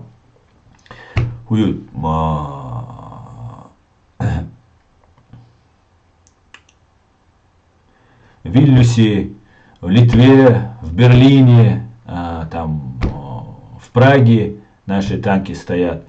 И, ребят, короче, извините, но вот закон, мировой порядок, что вы хотите? Вы хотите пересмотреть это все? Они на это рассчитывали. И планы были грандиозные, я вам скажу, ребята. Грандиознейшие просто. И когда я сюда приехал, сюда в Германию, я давал интервью в 2016 году, так называемое интервью, я говорил им, что они на вас нападут. Они к вам придут, я говорил. Я каждому полицейскому, когда меня останавливали, или где-то там мне удавалось, любому немцу, я им говорил, на вас нападут. Я как турист еще раньше приезжал сюда, в Германию. А у меня здесь родители жили, с 2001 года живут. И я когда сюда приезжал, я всем пытался объяснить, что будет, Россия будет лезть. На меня смотрели как на сумасшедшего. Но я знал, что так будет. И я упорно добивался, говорил об этом.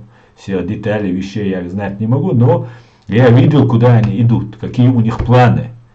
И вначале мне тоже, когда я в первый раз услышал эту версию от них, лет, наверное, 15, может быть, назад, я лет 10, наверное, назад, может 15, лет, наверное, 10, 12 назад, где-то так. Я сам не поверил, что они об этом говорят. А это уже, оказывается, давно проработанная система, давно проработанные планы.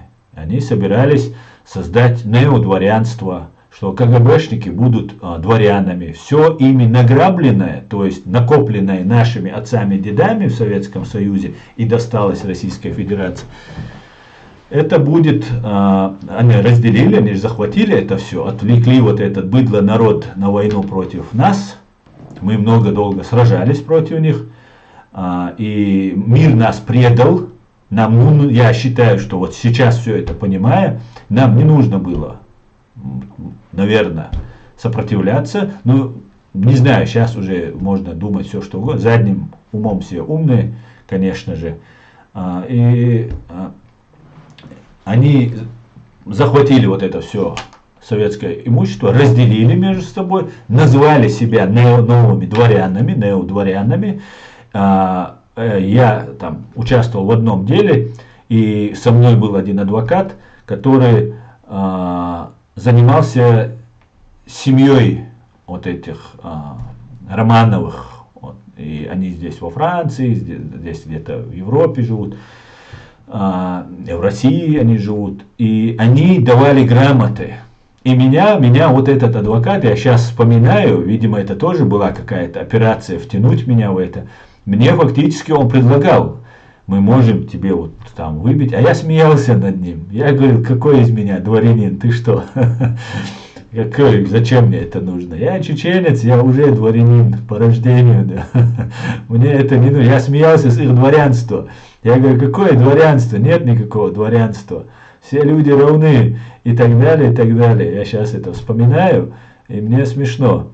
И он очень сильно мне рассказывал, и ему не нравилось, как я смеялся, потому что я не воспринимал всерьез это все. А оказывается, они выдавали грамоты, давали титулы, князи, графы, там разные дворяне, которые должны, фактически, вот, и в Украине есть, если Украина хочет найти агентуру, которая зачинщик этой войны, который самый суть, кто начинал эту войну, кто бенефициар этой войны, они должны найти у себя в Украине, это не секрет, наверное, я просто не вдавался в эту подробно в эту ситуацию, но это открыто, у них сайты есть, они же таким образом, они так не светятся сильно, но между собой они все прекрасно понимают. И они в Украине, и вот эти дворяне разные, вот они являются теми бенефициарами, теми зачинщиками вот этой, с 2014 года этой войны. Вот как-то начал вам рассказывать. Это большая тема, ее можно еще подробно рассказывать, говорить о ней. Я как-то начал о ней говорить, потом мне начали писать украинцы, и много очень интересных мне, подтверждающих мою версию, вопросов мне подсказывали. Вот такие были грандиозные планы. И, конечно же, сейчас говорят, это война Путина там и так далее. Нет, это война КГБ, это война ФСБ против Украины. Вот кто воюет против Украины, а не один Путин какой-то там вонючий. Так, поделился по трансляции. Правильно, салам алейкум, Азербайджан. Ва алейкум ассалам, брат азербайджанец. Аслам, меня тролли Гибнева атакуют и плюс суету находят в чате против меня. Короче, гибневые трюки. Это они могут, Ури, это они могут.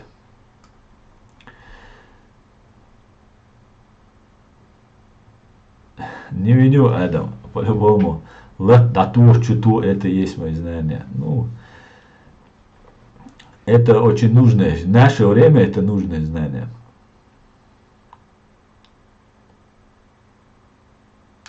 Когда в Советском Союзе кто-то говорил плохое про коммунизм, на это смотрели на сумасшедшие, даже психушку могли посадить. Да, конечно, карательная психиатрия, Заур, это известный такой уже устоявшийся даже термин есть. И Валерия Ильинична Новодворская, она свою молодость, просто они ее там напичкали. И, да, все, кто был против Советского Союза, они говорили, этого не может быть. Советский режим это самый лучший режим. Если кому-то не нравится советский режим, то этот человек психически нездоров, ОЛРЦР. И да, и таких людей сажали, было такое. Сажали психушки, убивали людей. Это просто многие факты мы не знаем даже. Да? Просто людей уничтожали, превращали в растения.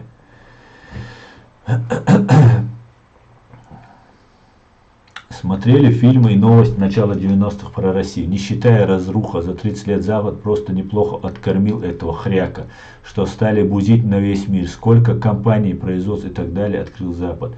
Да, институт. Именно так.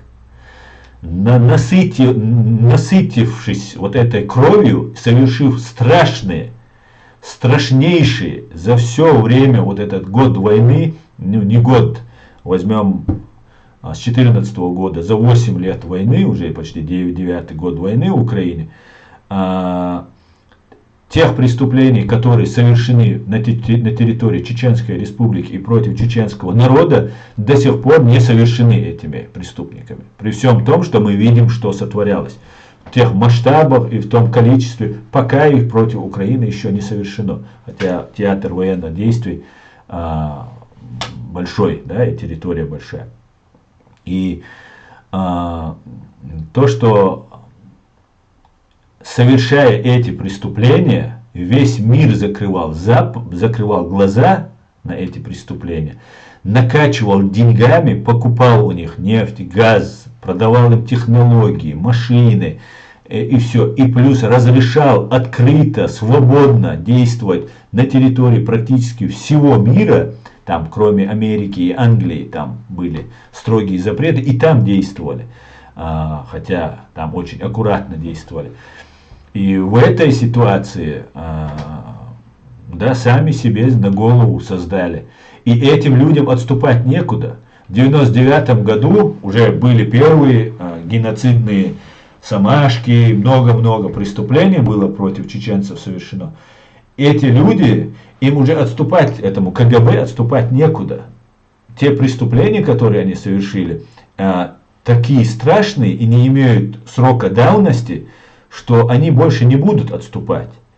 Они будут только увеличивать свои преступления. Так любой преступник всегда совершает. Нету ни одного преступления, которое не совершит преступник, для того, чтобы скрыть предыдущее преступление. Даже маленькое преступление, за кражу, человек может убить свидетеля, чтобы не раскрылась эта кража. А что делать, если он убил человека, он 10 убьет других, чтобы скрыть вот это. А не говоря уже о геноцид там и так далее, и так далее. Ну вот такие вот дела делают. Поэтому мы расплачиваемся за близорукость, за алчность. Вот мир за это расплачивается.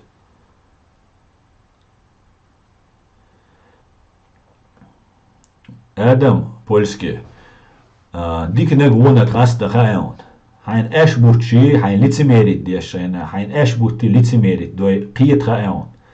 Так, хунту шукон изнаешь, да алмула. Хайдуиза в Европе, Польша, 10 тацек. Самое лучшее вложение в пенсионное, это вложиться в ваших детей. Они обеспечат вам вашу старость, особенно у нас, у чеченцев. Поэтому у нас все нормально. Нам как бы спасти тех, кто у нас дома находится. Сейчас Запад чисто уговаривает Россию не трогать Украину. Сейчас Запад чисто уговаривает не трогать. И хотя бы отойти на февраль 24 часа. Сейчас там же история нефть покупать, газ, то это финансирует Россию на войну. Нет институт. Уже нет. Уже нет. Уже даже разговоров об этом нет. Отойти на 24 и так далее. Россию будут ломать через колено. И Россия это понимает, и Путин это понимает. И поэтому они сейчас готовят вот эти 1,5 миллиона человек. И они еще готовят и будут посылать и посылать. И ее сломают через колено. За последние 100 лет англосаксы не проиграли ни одной войны. И эту не проиграют. Это фашистской вот этой России не проиграют. И это для русских хорошо, самое главное. Просто многие русские этого не понимают. Хотя многие понимают, просто боятся говорить. Машу леди, Аюэль Бюстик. Аслан, на сей раз повторить не удастся. Ленд-лиза коалиции не будет, разве что Бацка подтянут, и то бабка на двое сказала. Ну, Беларусь никакую роль не играет. Ну, смотрите, всех головорезов со всей России изгоняют. Профессиональная армия уничтожена. Причем это профессиональная армия, которая вошла в Гастомель, в другие места вошла. Это на самом деле самые боевые части были. Реально воевавшие и в Сирии, и в Чечне, и в Грузии, и в Африке. Их нет. Практически все их украинцы уничтожили. Сейчас любители туда посылаются, просто мясом заваливаются. Это единственный способ, который они всю историю умели воевать, заваливать мясом. Да, сейчас потери 1 к 10, 1 к 20. Завтра эти потери, когда будет мощное оружие, сейчас наша Германия передала танки, французы передают танки, весь мир передает танки. И еще будут передавать. Днем и ночью поступают эти оружия. Ну, смотрите, какие там бои интенсивные идут. Артиллерийская война, снаряды. Днем и ночью, я уверен, самолеты, танки, эти поезда, все это туда идет. Просто огромным потоком просто идет. Иногда видео эти видны, которые туда поставляют. Хотя это пытаются, видимо, скрывать, потому что это же военная тайна, все такое. Я думаю, даже уже готово или уже передано, может, не на территории Украины, но есть договор, что у Украины есть атомное оружие. В случае нанесения сразу Украина имеет право ответить. И так далее, и так далее. Поэтому я думаю, все будет Ичкерия, да, Алмула. Так, ладно, я уж заговорился. Уже час 43 мы в эфире, друзья. Так, Аслан, новогоднее поздравление Путина, это означает, что он обратился к россиянам не на фоне елки, а на фоне людей военного. Это означает то, что он поздравляет себя 23 года до войны. Ну, война по-любому будет, она идет. Деваться Путину некуда. Банде ФСБ, не Путину, террористической банде ФСБ некуда деваться. Вот этот холопный рабский народ, они будут посылать на войну. Вновь и вновь. Всю историю, как они умели заваливать трупами. Нужно привести в ужас.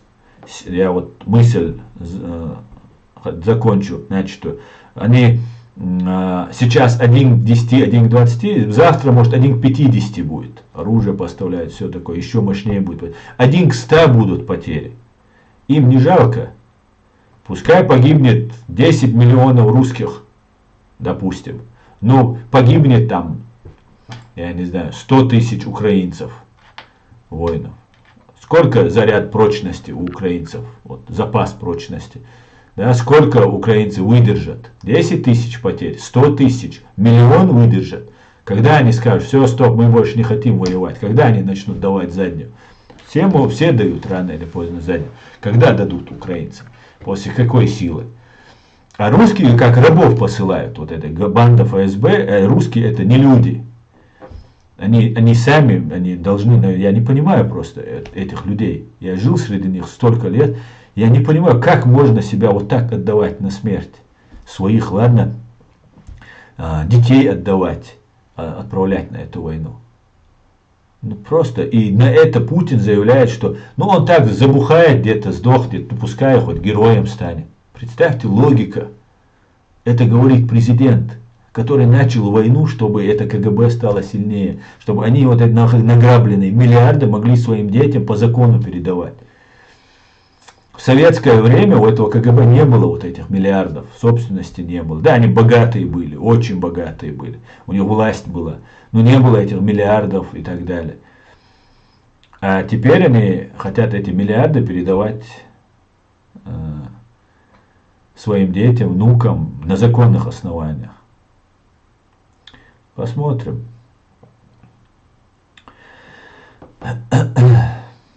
Будем надеяться, институт. Россия ни одной войны не выиграла без помощи Запада за 500 лет. Да, институт. Проблема еще, что ее 500 лет этой России не было. Да. Джемлер ночи, саламаш, душик асан дал ал шуэло дал хосан болк энти алсан боуэл ва оман юка. Дели саламаш шуэл, дели шуэл амин, амин, амин.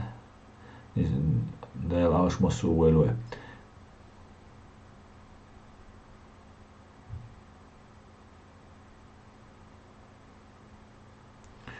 Адам польский, все будет Ичкерия, самогат. Да, дух бабой, хабеш, адвизала, массера, шо, да, дух бабой. Мы в чате работаем круглосуточно, годами, и знаем троллей, как 5 пальцев, бо ужас. Ули, это ты был, которого я сегодня забанил? Твоими словами здесь люди говорят. Аслан, как ты думаешь, рано или поздно между Россией и НАТО начнется настоящая война?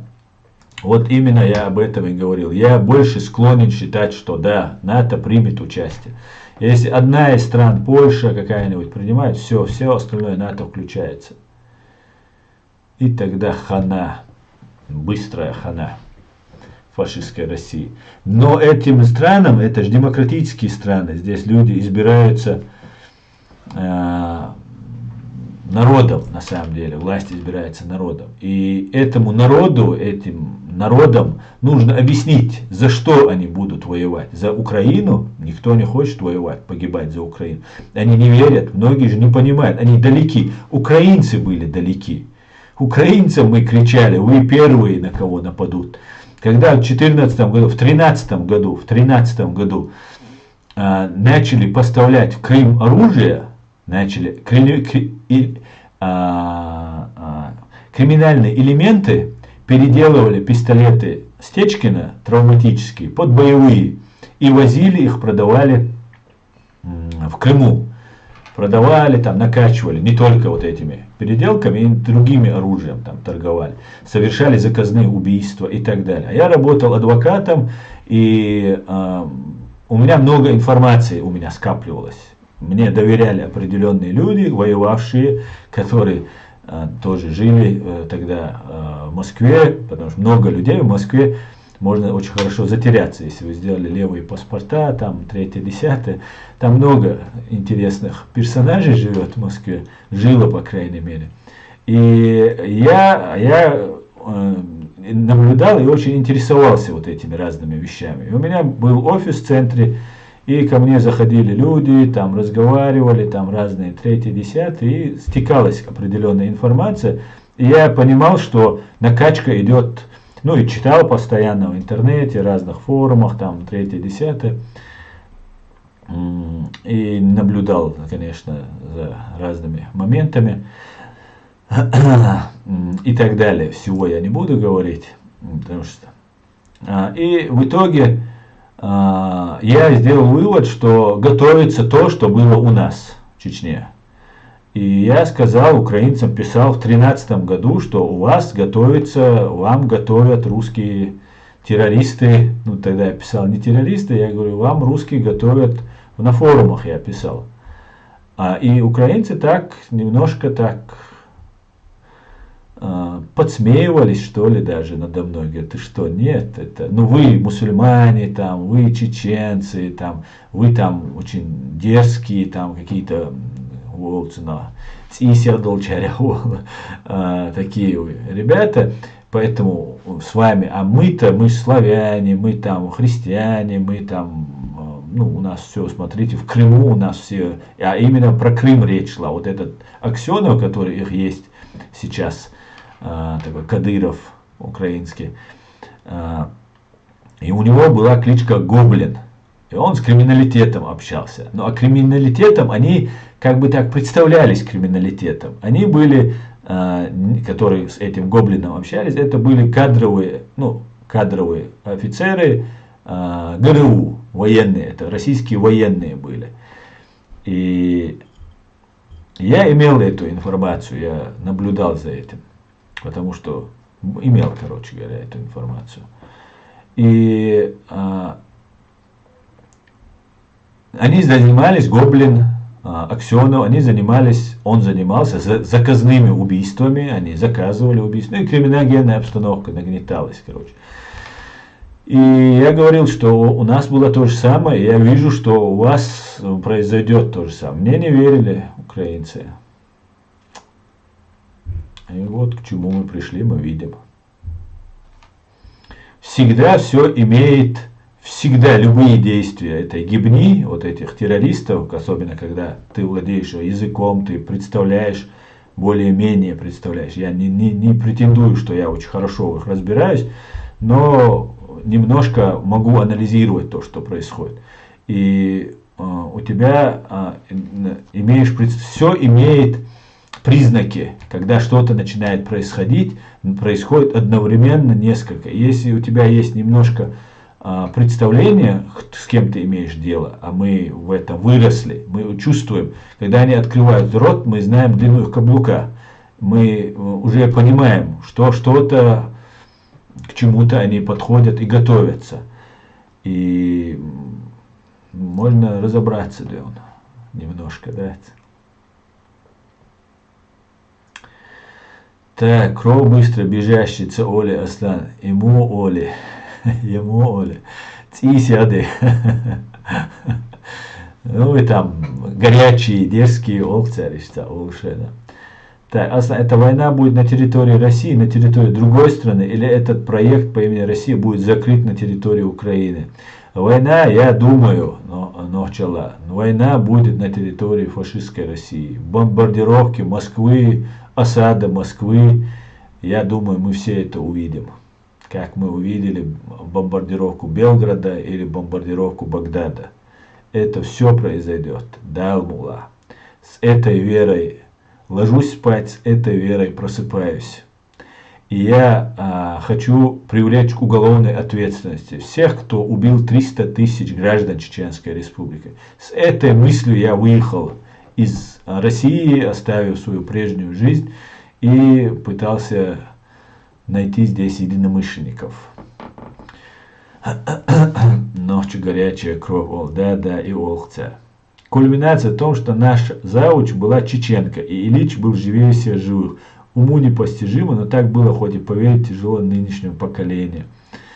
Да, вчера у нас в школе стоял Ленин, Ульянов, Владимир Ульянов, молодой Ульянов с книгой раскрытой. Вот так, статуя была, небольшая, ну, с ребенка ростом. И я как-то, все проходили, гладили Владимир Ильич, там его по голове, ну дети, 2, 3, 4 класс, наверное, мы были. И я, проходя мимо, я знал, кто такой Ленин, у меня отец правильный был акидой, антисоветской акидой. И я плюнул в лицо этому Ленину, Ульянову. А это заметил, ну все гладят, а я знаю, кто такой Ленин. Я не так, чтобы харкнул сильно, Ну, слегка так высказал свое неприятие Владимиру Ильичу. И меня чуть не исключили из школы, вызвали родителей, там большой педсовет. А я был отличником, я первых классов учился очень хорошо. И меня не принимали в пионеры. Это как раз в третьем, видимо, классе было. И в четвертый класс как раз переходили и принимали из октябрят в пионеры. И меня не принимали в пионеры за то, что я плюнул Ленина. Так, друзья, ну давайте, про коронавирус все забыли, забавно. Никто не забыл, коронавирус есть, работает, все нормально, да. Так, коронавирус, а сколько вам лет, Аслан? Не скажу, да. Это тайна, да. А вы кто по нации, Босик? Чечня 95. Я-то чеченец по нации. Можно было бы понять, да, из моего даже акцента, что я чеченец. Вот объясни мне, пожалуйста, у тебя на аватарке халацахич только, да? Я каждому этот задаю вопрос, потому что все, кто ставит 95, это обычно подхолопные, которые за Россию. Вот у тебя стоит на аватарке наш герб, наш волк. И Чечня 95. Вот с какой целью ты поставил 95? Тебе нравится, что тебя, твою страну, убив 30%, русские террористы обозначили как нового заключенного в своем ГУЛАГе, обозначили под номером 95. Поэтому ты поставил это 95. Вот скажи мне, с какой целью ты задаешь, ты поставил 95. Если ты хотел обозначить, что ты чеченец, ты мог просто Че написать там, например. Или Нохчи, или просто одну букву Че поставить. Ва алейкум салам, Мустан. Вот я виса давал. Так. Алена Руденко. Такой с детства красавчик. Ну, вот, это, наверное, больше мой папа тогда, красавчик, который меня, ну, он всегда слушал радио «Свобода» и «Голос Америки» у нас, там, такие шумы постоянно дома были, ночью там отец сидел, слушал. Инсамат, Ленин, видно, царем уже, да, вот как-то так, да. Бирки Уэнтуан Ю. 95, да, войнах, совершенно верно. Вообще не понимаю, как чечен может быть за Россию, когда они лишили вас независимости и убили людей. Да, Алена, конечно же, это очень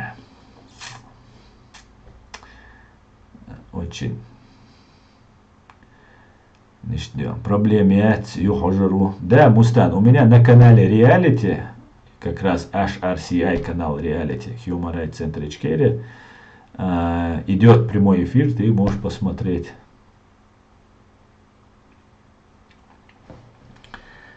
На самом деле, что за цифры раньше были 20, сейчас 95. Да?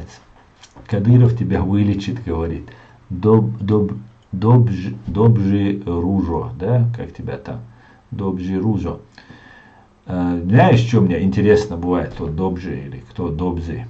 Когда русские пытаются мне угрожать Кадыровым.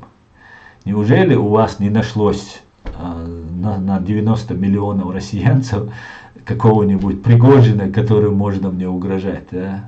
Неужели вы такие бичи, что вы ссылаетесь на какого-то клоуна, которого мы вообще не уважаем? Да? Так. Я тоже думаю, что РФ спровоцирует НАТО на военные действия. Проигрывать НАТО не так зазорно, как проиграть Украине. Да. Посмотрим. Эта война коснется нашей ичкерийца. Но что, вы меня спрашиваете, как будто здесь какой-то Ванга сидит. Я могу только анализировать и прикидывать. Вопрос как будто в будущее. То, что она коснулась ичкерийцев, и нас это касается, говорит о той мобилизации, которая дома происходит. Вот и все. Мы уже одна из пострадавших сторон. Нас используют кадыровцы, русские террористы, под видом кадыровцев, там, и сейчас их мобилизуют. Я не один свое видео или стрим не пропустил бы Мустанс. Ясно. Русские боятся его, когда увидели, что он сказал. Алена, ну вы даете. Ванга отдыхает перед тобой, говорит, ИПА Австрия. Ванга, корня юг ИПА. Здорово, вахабенок. Здорово, вахабенок, здорово. Комодо. Khayalum dacho, that's Nicolas Cage diyor. Khayalum dacho. Dokkum son uğraşın. Okkol, Deutsch, otsal, Deutsch, волша. А что говоришь, ты мальчина? Или это просто клинический идиотизм, или это, ну или вы работаете, но вы подхолопники просто, обычные подхолопники. Самые мерзкие это кавказские, а из кавказских подхолопников это самые мерзкие это чеченоговорящие подхолопники, да. А вы слышали, что у ватников даже вши бегут, говорят, что позорно им? Нет.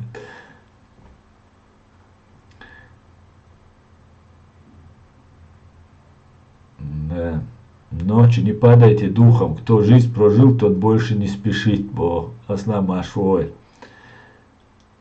Так, привет с Болгарии. Что скажешь за ваххабизм? Привет от Болгарии. А что скажешь за ваххабизм? Я не понял, что мне сказать за ваххабизм. Что вы имеете в виду? Так, аса имба, ну да, Фрея. Вот и гивневые тролли. Да, обычно они вначале подтягивались, что-то, видимо, они... Я задержался, видимо, им сказали, слушайте, он затронул ненужную тему, срочно сбивайте его, реагируйте его. Обычно они вначале приходили. Что случилось с вами? Брат, твоя роль в призрачном гонщике бесподобна.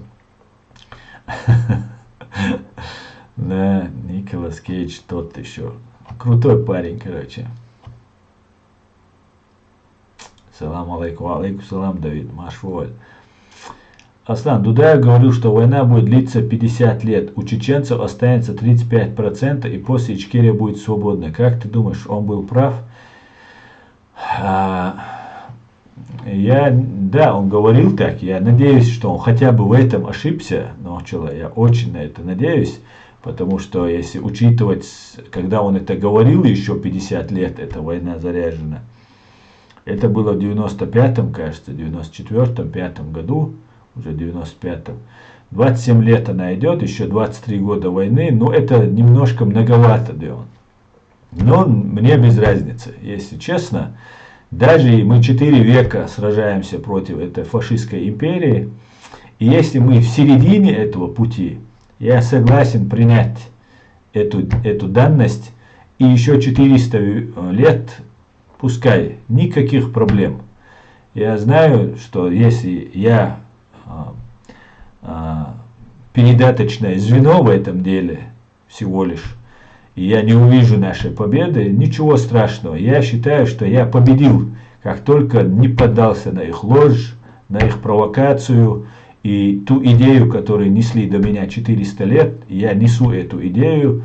Я считаю, что даже не сама победа мне интересна. Мне интересен сам процесс. Не соглашаться с тем абсолютным, беспримесным злом, который нам навязывают.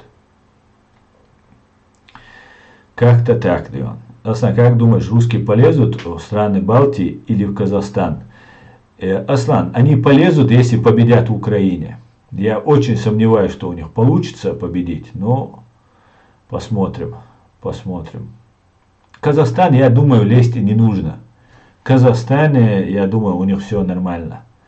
Со времен Назарбаева, с момента развала Советского Союза, там КГБ властвует как хочет, как в Беларуси. В Беларуси тоже лезть не надо. Там коллаборационизм на самом верху идет, поэтому особо лезть не надо. Да, народ Казахстана против, конечно, но народ Казахстана можно дурить, обманывать, а потом кто будет выходить, можно их расстреливать. Оно есть и были, и будут, да, а все будет Ичкерия, Асландерия, за все, что ты делаешь, что сейчас необходимо нам всем. Ашей политик, да, tuam обидву. Да, мула Адам, туам хицабеш, надверзер дуэ. Аслан, ты за демократию или что будет шариат в Чечне? Франк Гольдман. Франк Гольдман. Я знаю, что демократия – это суть чеченского бытия. Когда весь мир, еще Греция не изобрела демократию, чеченцы жили при демократии. 1000 лет мы живем при демократии. И только сейчас мир догнал нас в этом развитии демократии. Конечно же, я за демократию. Я мусульманин, и я им останусь до конца своих дней. Я знаю, что мой чеченский народ, подавляющее большинство мусульмане, очень наивные, простые люди чеченцы и верующие люди, по большей части. И наша культура переплетена с исламом, с верой в Бога. Но при всем при этом я считаю, что ни в коем случае религию и политику нельзя смешивать. Религия должна быть отделена от государства. Религия должна быть отделена, освобождена от уплаты налогов, она должна быть свободна, но она никак не должна принимать участие в принятии политических решений. Потому что мир слишком лицемерен, подал, грязен и так далее, где чистая религия будет использоваться для того, чтобы влиять на умы людей. Поэтому верующий человек, он должен верить в душе и непосредственно общаться с Богом. А так, конечно же, я за демократию, так как является наша Конституция.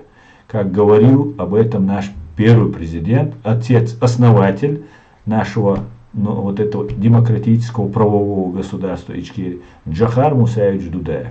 Я об этом много раз говорил. Как-то так, да. Тавлинцы. Да, Черей, именно так. Как ты можешь это говорить, что перед Грецией вы создали? Грецию создали 5000 лет назад. Так вот, мы как минимум 5000 лет назад имеем демократию и живем на Кавказе. Как минимум. А если мы начнем копать историю, я думаю, мы еще дальше сможем найти. К большому сожалению, русские террористы уничтожали на протяжении веков нашу историю. Но им ничего не удалось сделать все. Многих наших соседей, наш язык, чеченский язык, можно читать урартские разные письменности, глиняные, там, которые одна из древнейших, самых древних цивилизаций, урартская цивилизация. Но это меня не очень волнует. Сегодня меня волнует права моего народа. Меня волнует, что убили 300 тысяч на глазах всего мира граждан моей республики, всех национальностей, всех вероисповеданий, которые у нас жили. И никто не понес за это ответственность. Ни один, кроме Буданова одного, который жил как на курорте эти 8 лет, сколько он там отсидел. Поэтому я считаю своим долгом, как правозащитника, как юриста, как чеченца, призывать мир, спросить за те злодеяния, которые совершила Россия против моего народа. Если бы тогда это было прекращено, то сейчас не было бы той войны, которая есть в Украине. Как-то так, да.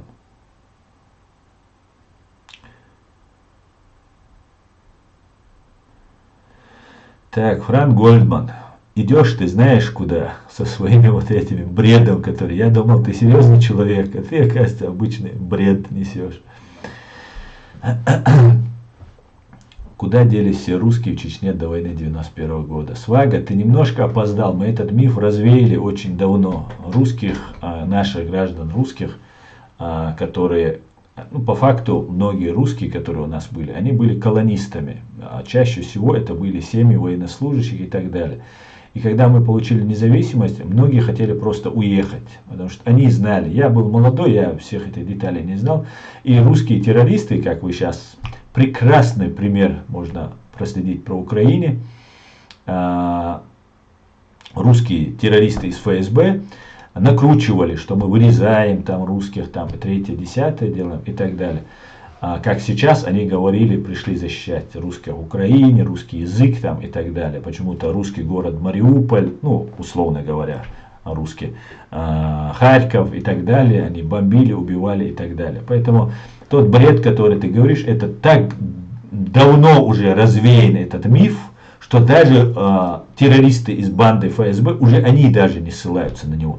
Откуда ты такой древний взялся, я даже не понимаю. Но если ты намекаешь на то, что мы их вырезали, а об этом именно ваша пропаганда говорила, что мы их убили, никого не оставили и так далее, тогда я всегда таким пропагандистам или людям недалекого ума задаю один вопрос. Покажи мне массовые захоронения. Фото, видео, вот этого нет. Мы так и не увидели убивающих, казнящих. Ну, сотни тысяч, вы говорили, мы их убили. Сколько вы там, вы говорили, убили. Покажите хотя бы одно массовое захоронение. Территория полностью вами оккупирована. Вы можете раскопать любую могилу и достать оттуда тела, которых там много. Но это русские, убитые осколками и пулями вашей банд-армии, которая пришла их спасать. Поэтому вы их не раскапываете, поэтому вы их не даете. Но когда мы освободим нашу территорию, мы привлечем всех к ответственности.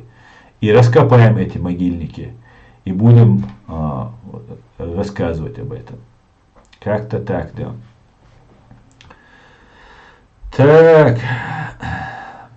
Основное количество русских пришло в Чечню до или после 1944 года. Да, Заурс, ты правильно говоришь, после 1944 года, когда всех чеченцев тотально, даже тех, кто продались им, тем, кто помогал им нас выселять, всех чеченцев, даже жене, если она русская, дагестанка, кто-нибудь другой национальности, ей спрашивали, ты хочешь быть чеченкой?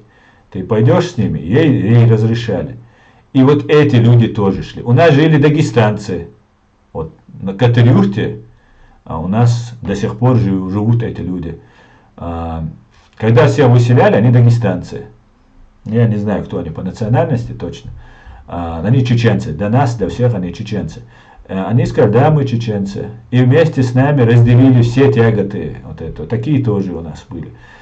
Да, и заселили тогда именно русскими колонистами. Из Москвы привозили, все детдомов, все соседи. Дагестан хорошо поживился, зовут, чтобы ты тоже знал эту историю. Хорошо Дагестан поживился. До сих пор мы знаем, что Ауховский район, живут в чеченских домах люди.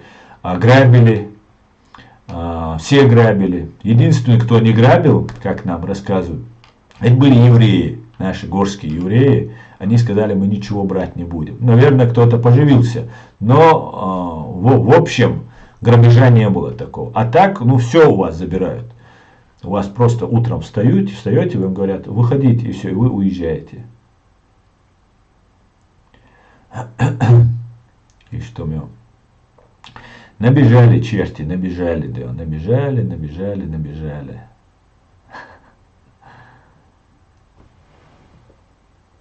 Набежали черти. Наверное, надоело им на это слушать. Ну тогда я еще немножко задержусь, друзья. Извините, Ашхамоли, я вынужден немножко остаться, да.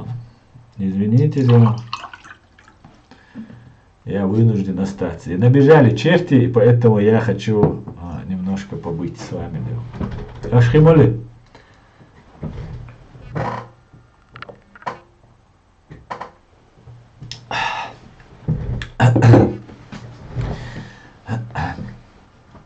Так.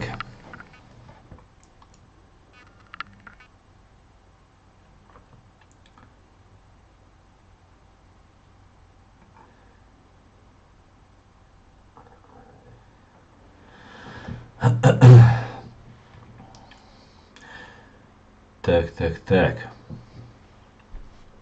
Возмолил Дересхоль. Дересхоль Фатим. Вени ауна Дересхоль дал духда дольше.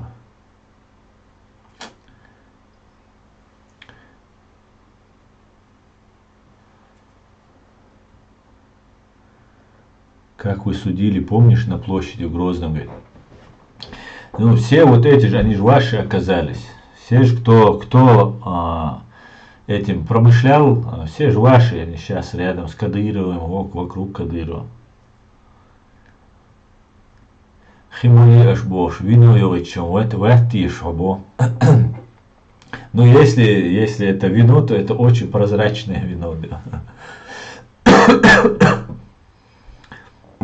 Машвоэль, Чечня, не Россия. Так.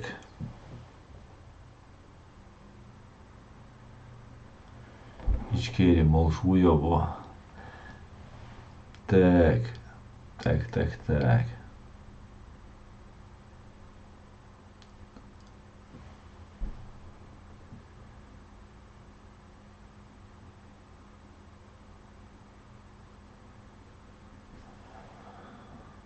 Вы такие все профессионалы, знаете, что говорить, как говорить. Все меня хотят научить чему-то. Какие же вы молодцы. Ваши же казнили своих, Фатим.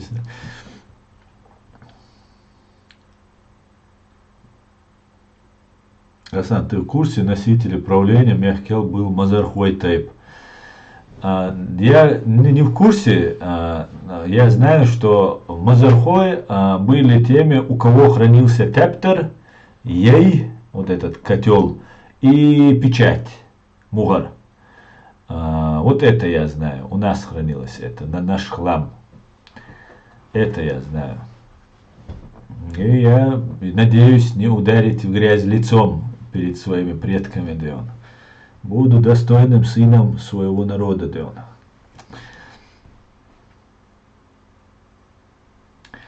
Тут ты прав, они оказались ваши, правильно сказал. Да, вы дискредитации, я ж борюсь. Они нас дискредитировали.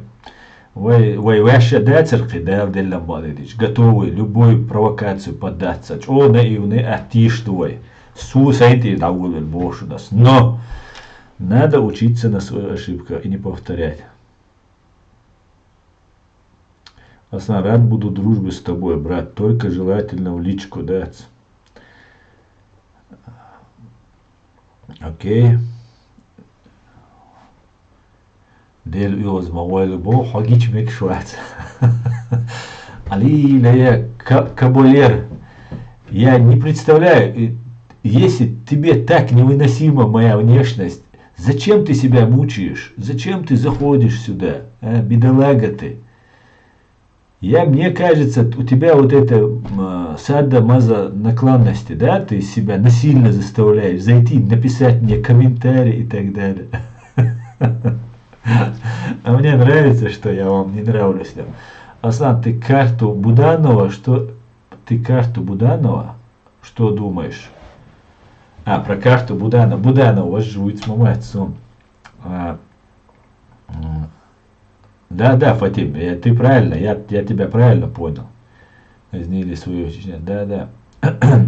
Аслан, я думаю, что это не просто карта. У главы Главного управления разведки Украины висит. Это все очень серьезно, я думаю. Очень серьезно. Я очень надеюсь, что так и будет. И мы освободим нашу страну, и мы создадим Кавказский союз государств. Столицей, политической столицей будет город Джохар. Я думаю, название и человек, который так много сделал для свободы Кавказа, заслуживает быть. И народ, который столько лет сражался, заслуживает быть в центре этого политического нового образования, которое, да, Аллах, состоится. Да, Аллах. Вот что я думаю. Но мы должны с тобой работать, Винни девицы. И ты, и я, и все. С Ермолова на тебя нет, говорит, если ты знаешь, кто это. Вот эта собака, у нас, кстати, Ермол собак называют до сих пор. Свага у него, ник, вот этот, про Ермолова на меня говорит. Зашел и начал говорить про русских, которых мы вырезали. И потом он мне вспомнил тех, как вы все свидетели, того, кто устроил страшный геноцид чеченцев, который убивал женщин и детей. И вот он мне вот сейчас говорит, ну смотрите, это самый настоящий русский фашист. Вот из-за вас, русских фашистов, мы вас ненавидим. Ненавидеть это достойно даже к человеку. Мы вас презираем, как к дохлой скотине у нас к вам отношение, понимаешь? Мы вами брезгуем, скотами. Мы вас даже за людей не считаем. Мы вас считаем ядовитыми пауками, крысами. Поэтому мы хотим просто от вас отсоединиться. Ты не представляешь ту гамму чувств, которую мы испытываем вот к таким подхолопным бичам, зачатым на сеновале и лежащий в собственной луже и восхищающий своим величием. Понимаешь? Тебе это даже не понять, потому что ты из другого теста сделан. Вернее, ты не из теста сделан, а из другой субстанции, которая после употребления теста происходит. Так. Я за себя говорю и за чеченский народ, Дион. Я думаю, чеченский народ согласится со мной.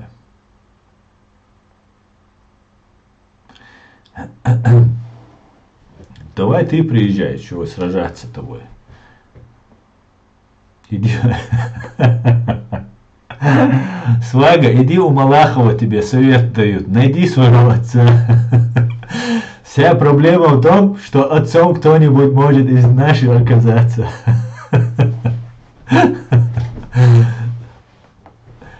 Да. Киртукас, приветствую гордых чеченцев. Государство Чеченской Республики Ичкерия восстановит независимость после победы Украины над террористическим государством Российской Федерации. Литва. Дуже дякую, Киртукас. Дуже дякую, Литва. Совершенно верно. Совершенно верно. Аслан, 144 сел переселили в Чечню из Дагестана в 1944 году. Да, много переселили, да. Это правда.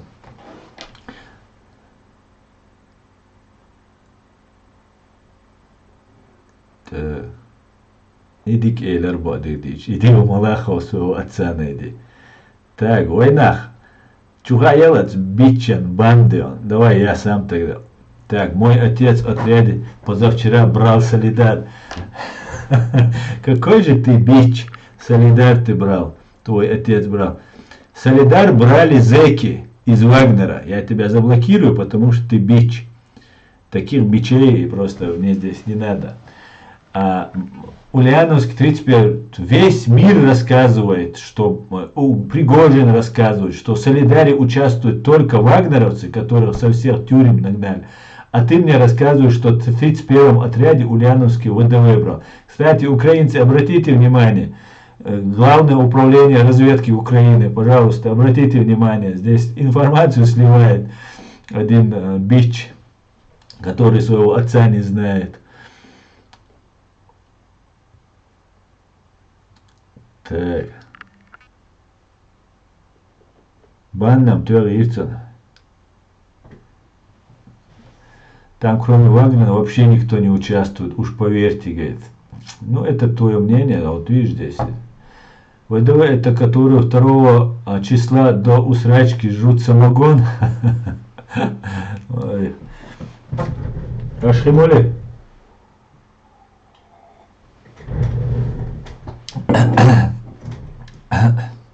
Его отец.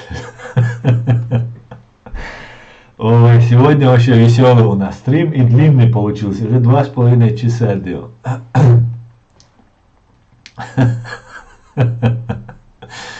Ладно, извините, короче, у меня просто хорошее настроение, да.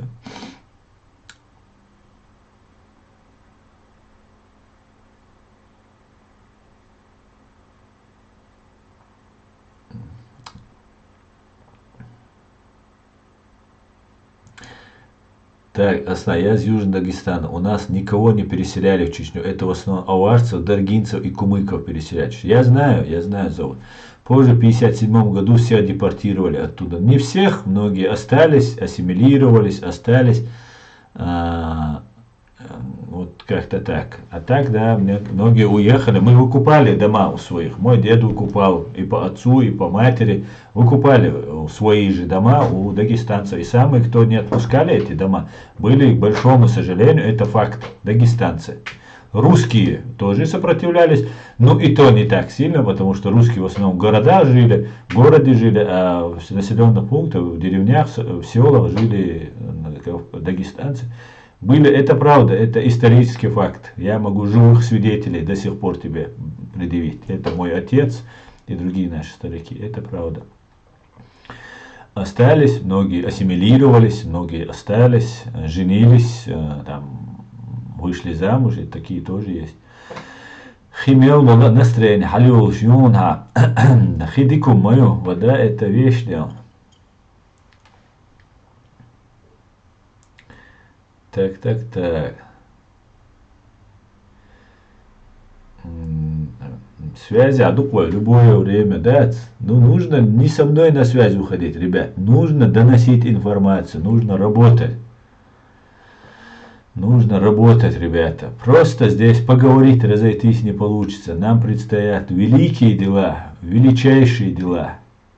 Это просто большие дела нас ждут, друзья.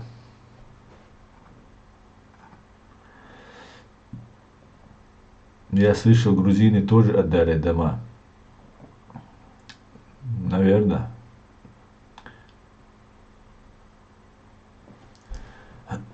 Все, Заур, без базара. Я даже ни к овацам, никаких претензий по этому поводу нет. Это исторический факт. Ты лезгин, я помню. Но это исторический факт, что так было. Да, я тоже заметил, ведь глаза засверкали. Это особенная вода, Садизер. Так, друзья, приветствую с Киева. Вас всегда приятно видеть. Дуже дякую, взаимно. Киев, тримайся, Дион. Ну что, продолжим, Дион? Или уже 11:30 у нас? Город Грозный на связи. Осман Шишани. Осман Шишани. По-моему, ты слишком дерзко заявляешь, что ты в городе Грозном, да, с ником Шишани, да. Это вода Зам-Зам. Да. Спасибо, Виктория. Мы можем вернуть землю до Каспийского моря. Штадуются двое. Друзья, я закончу тогда наш стрим. Было очень весело сегодня, на самом деле. Хорошо посидели. В воскресенье, я думаю, проведу стрим на чеченском языке, если все будет по плану. Ну, следите.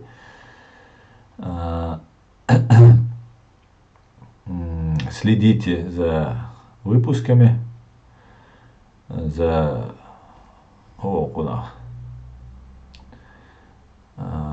анонсом. Всего самого хорошего, друзья. Слава Украине!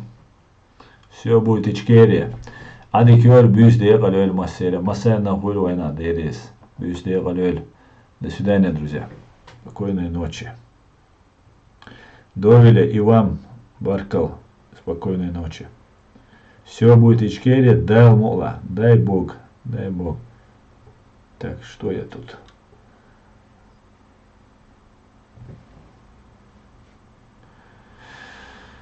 Ребята, давайте работать. Все совершенно верно. Надо работать.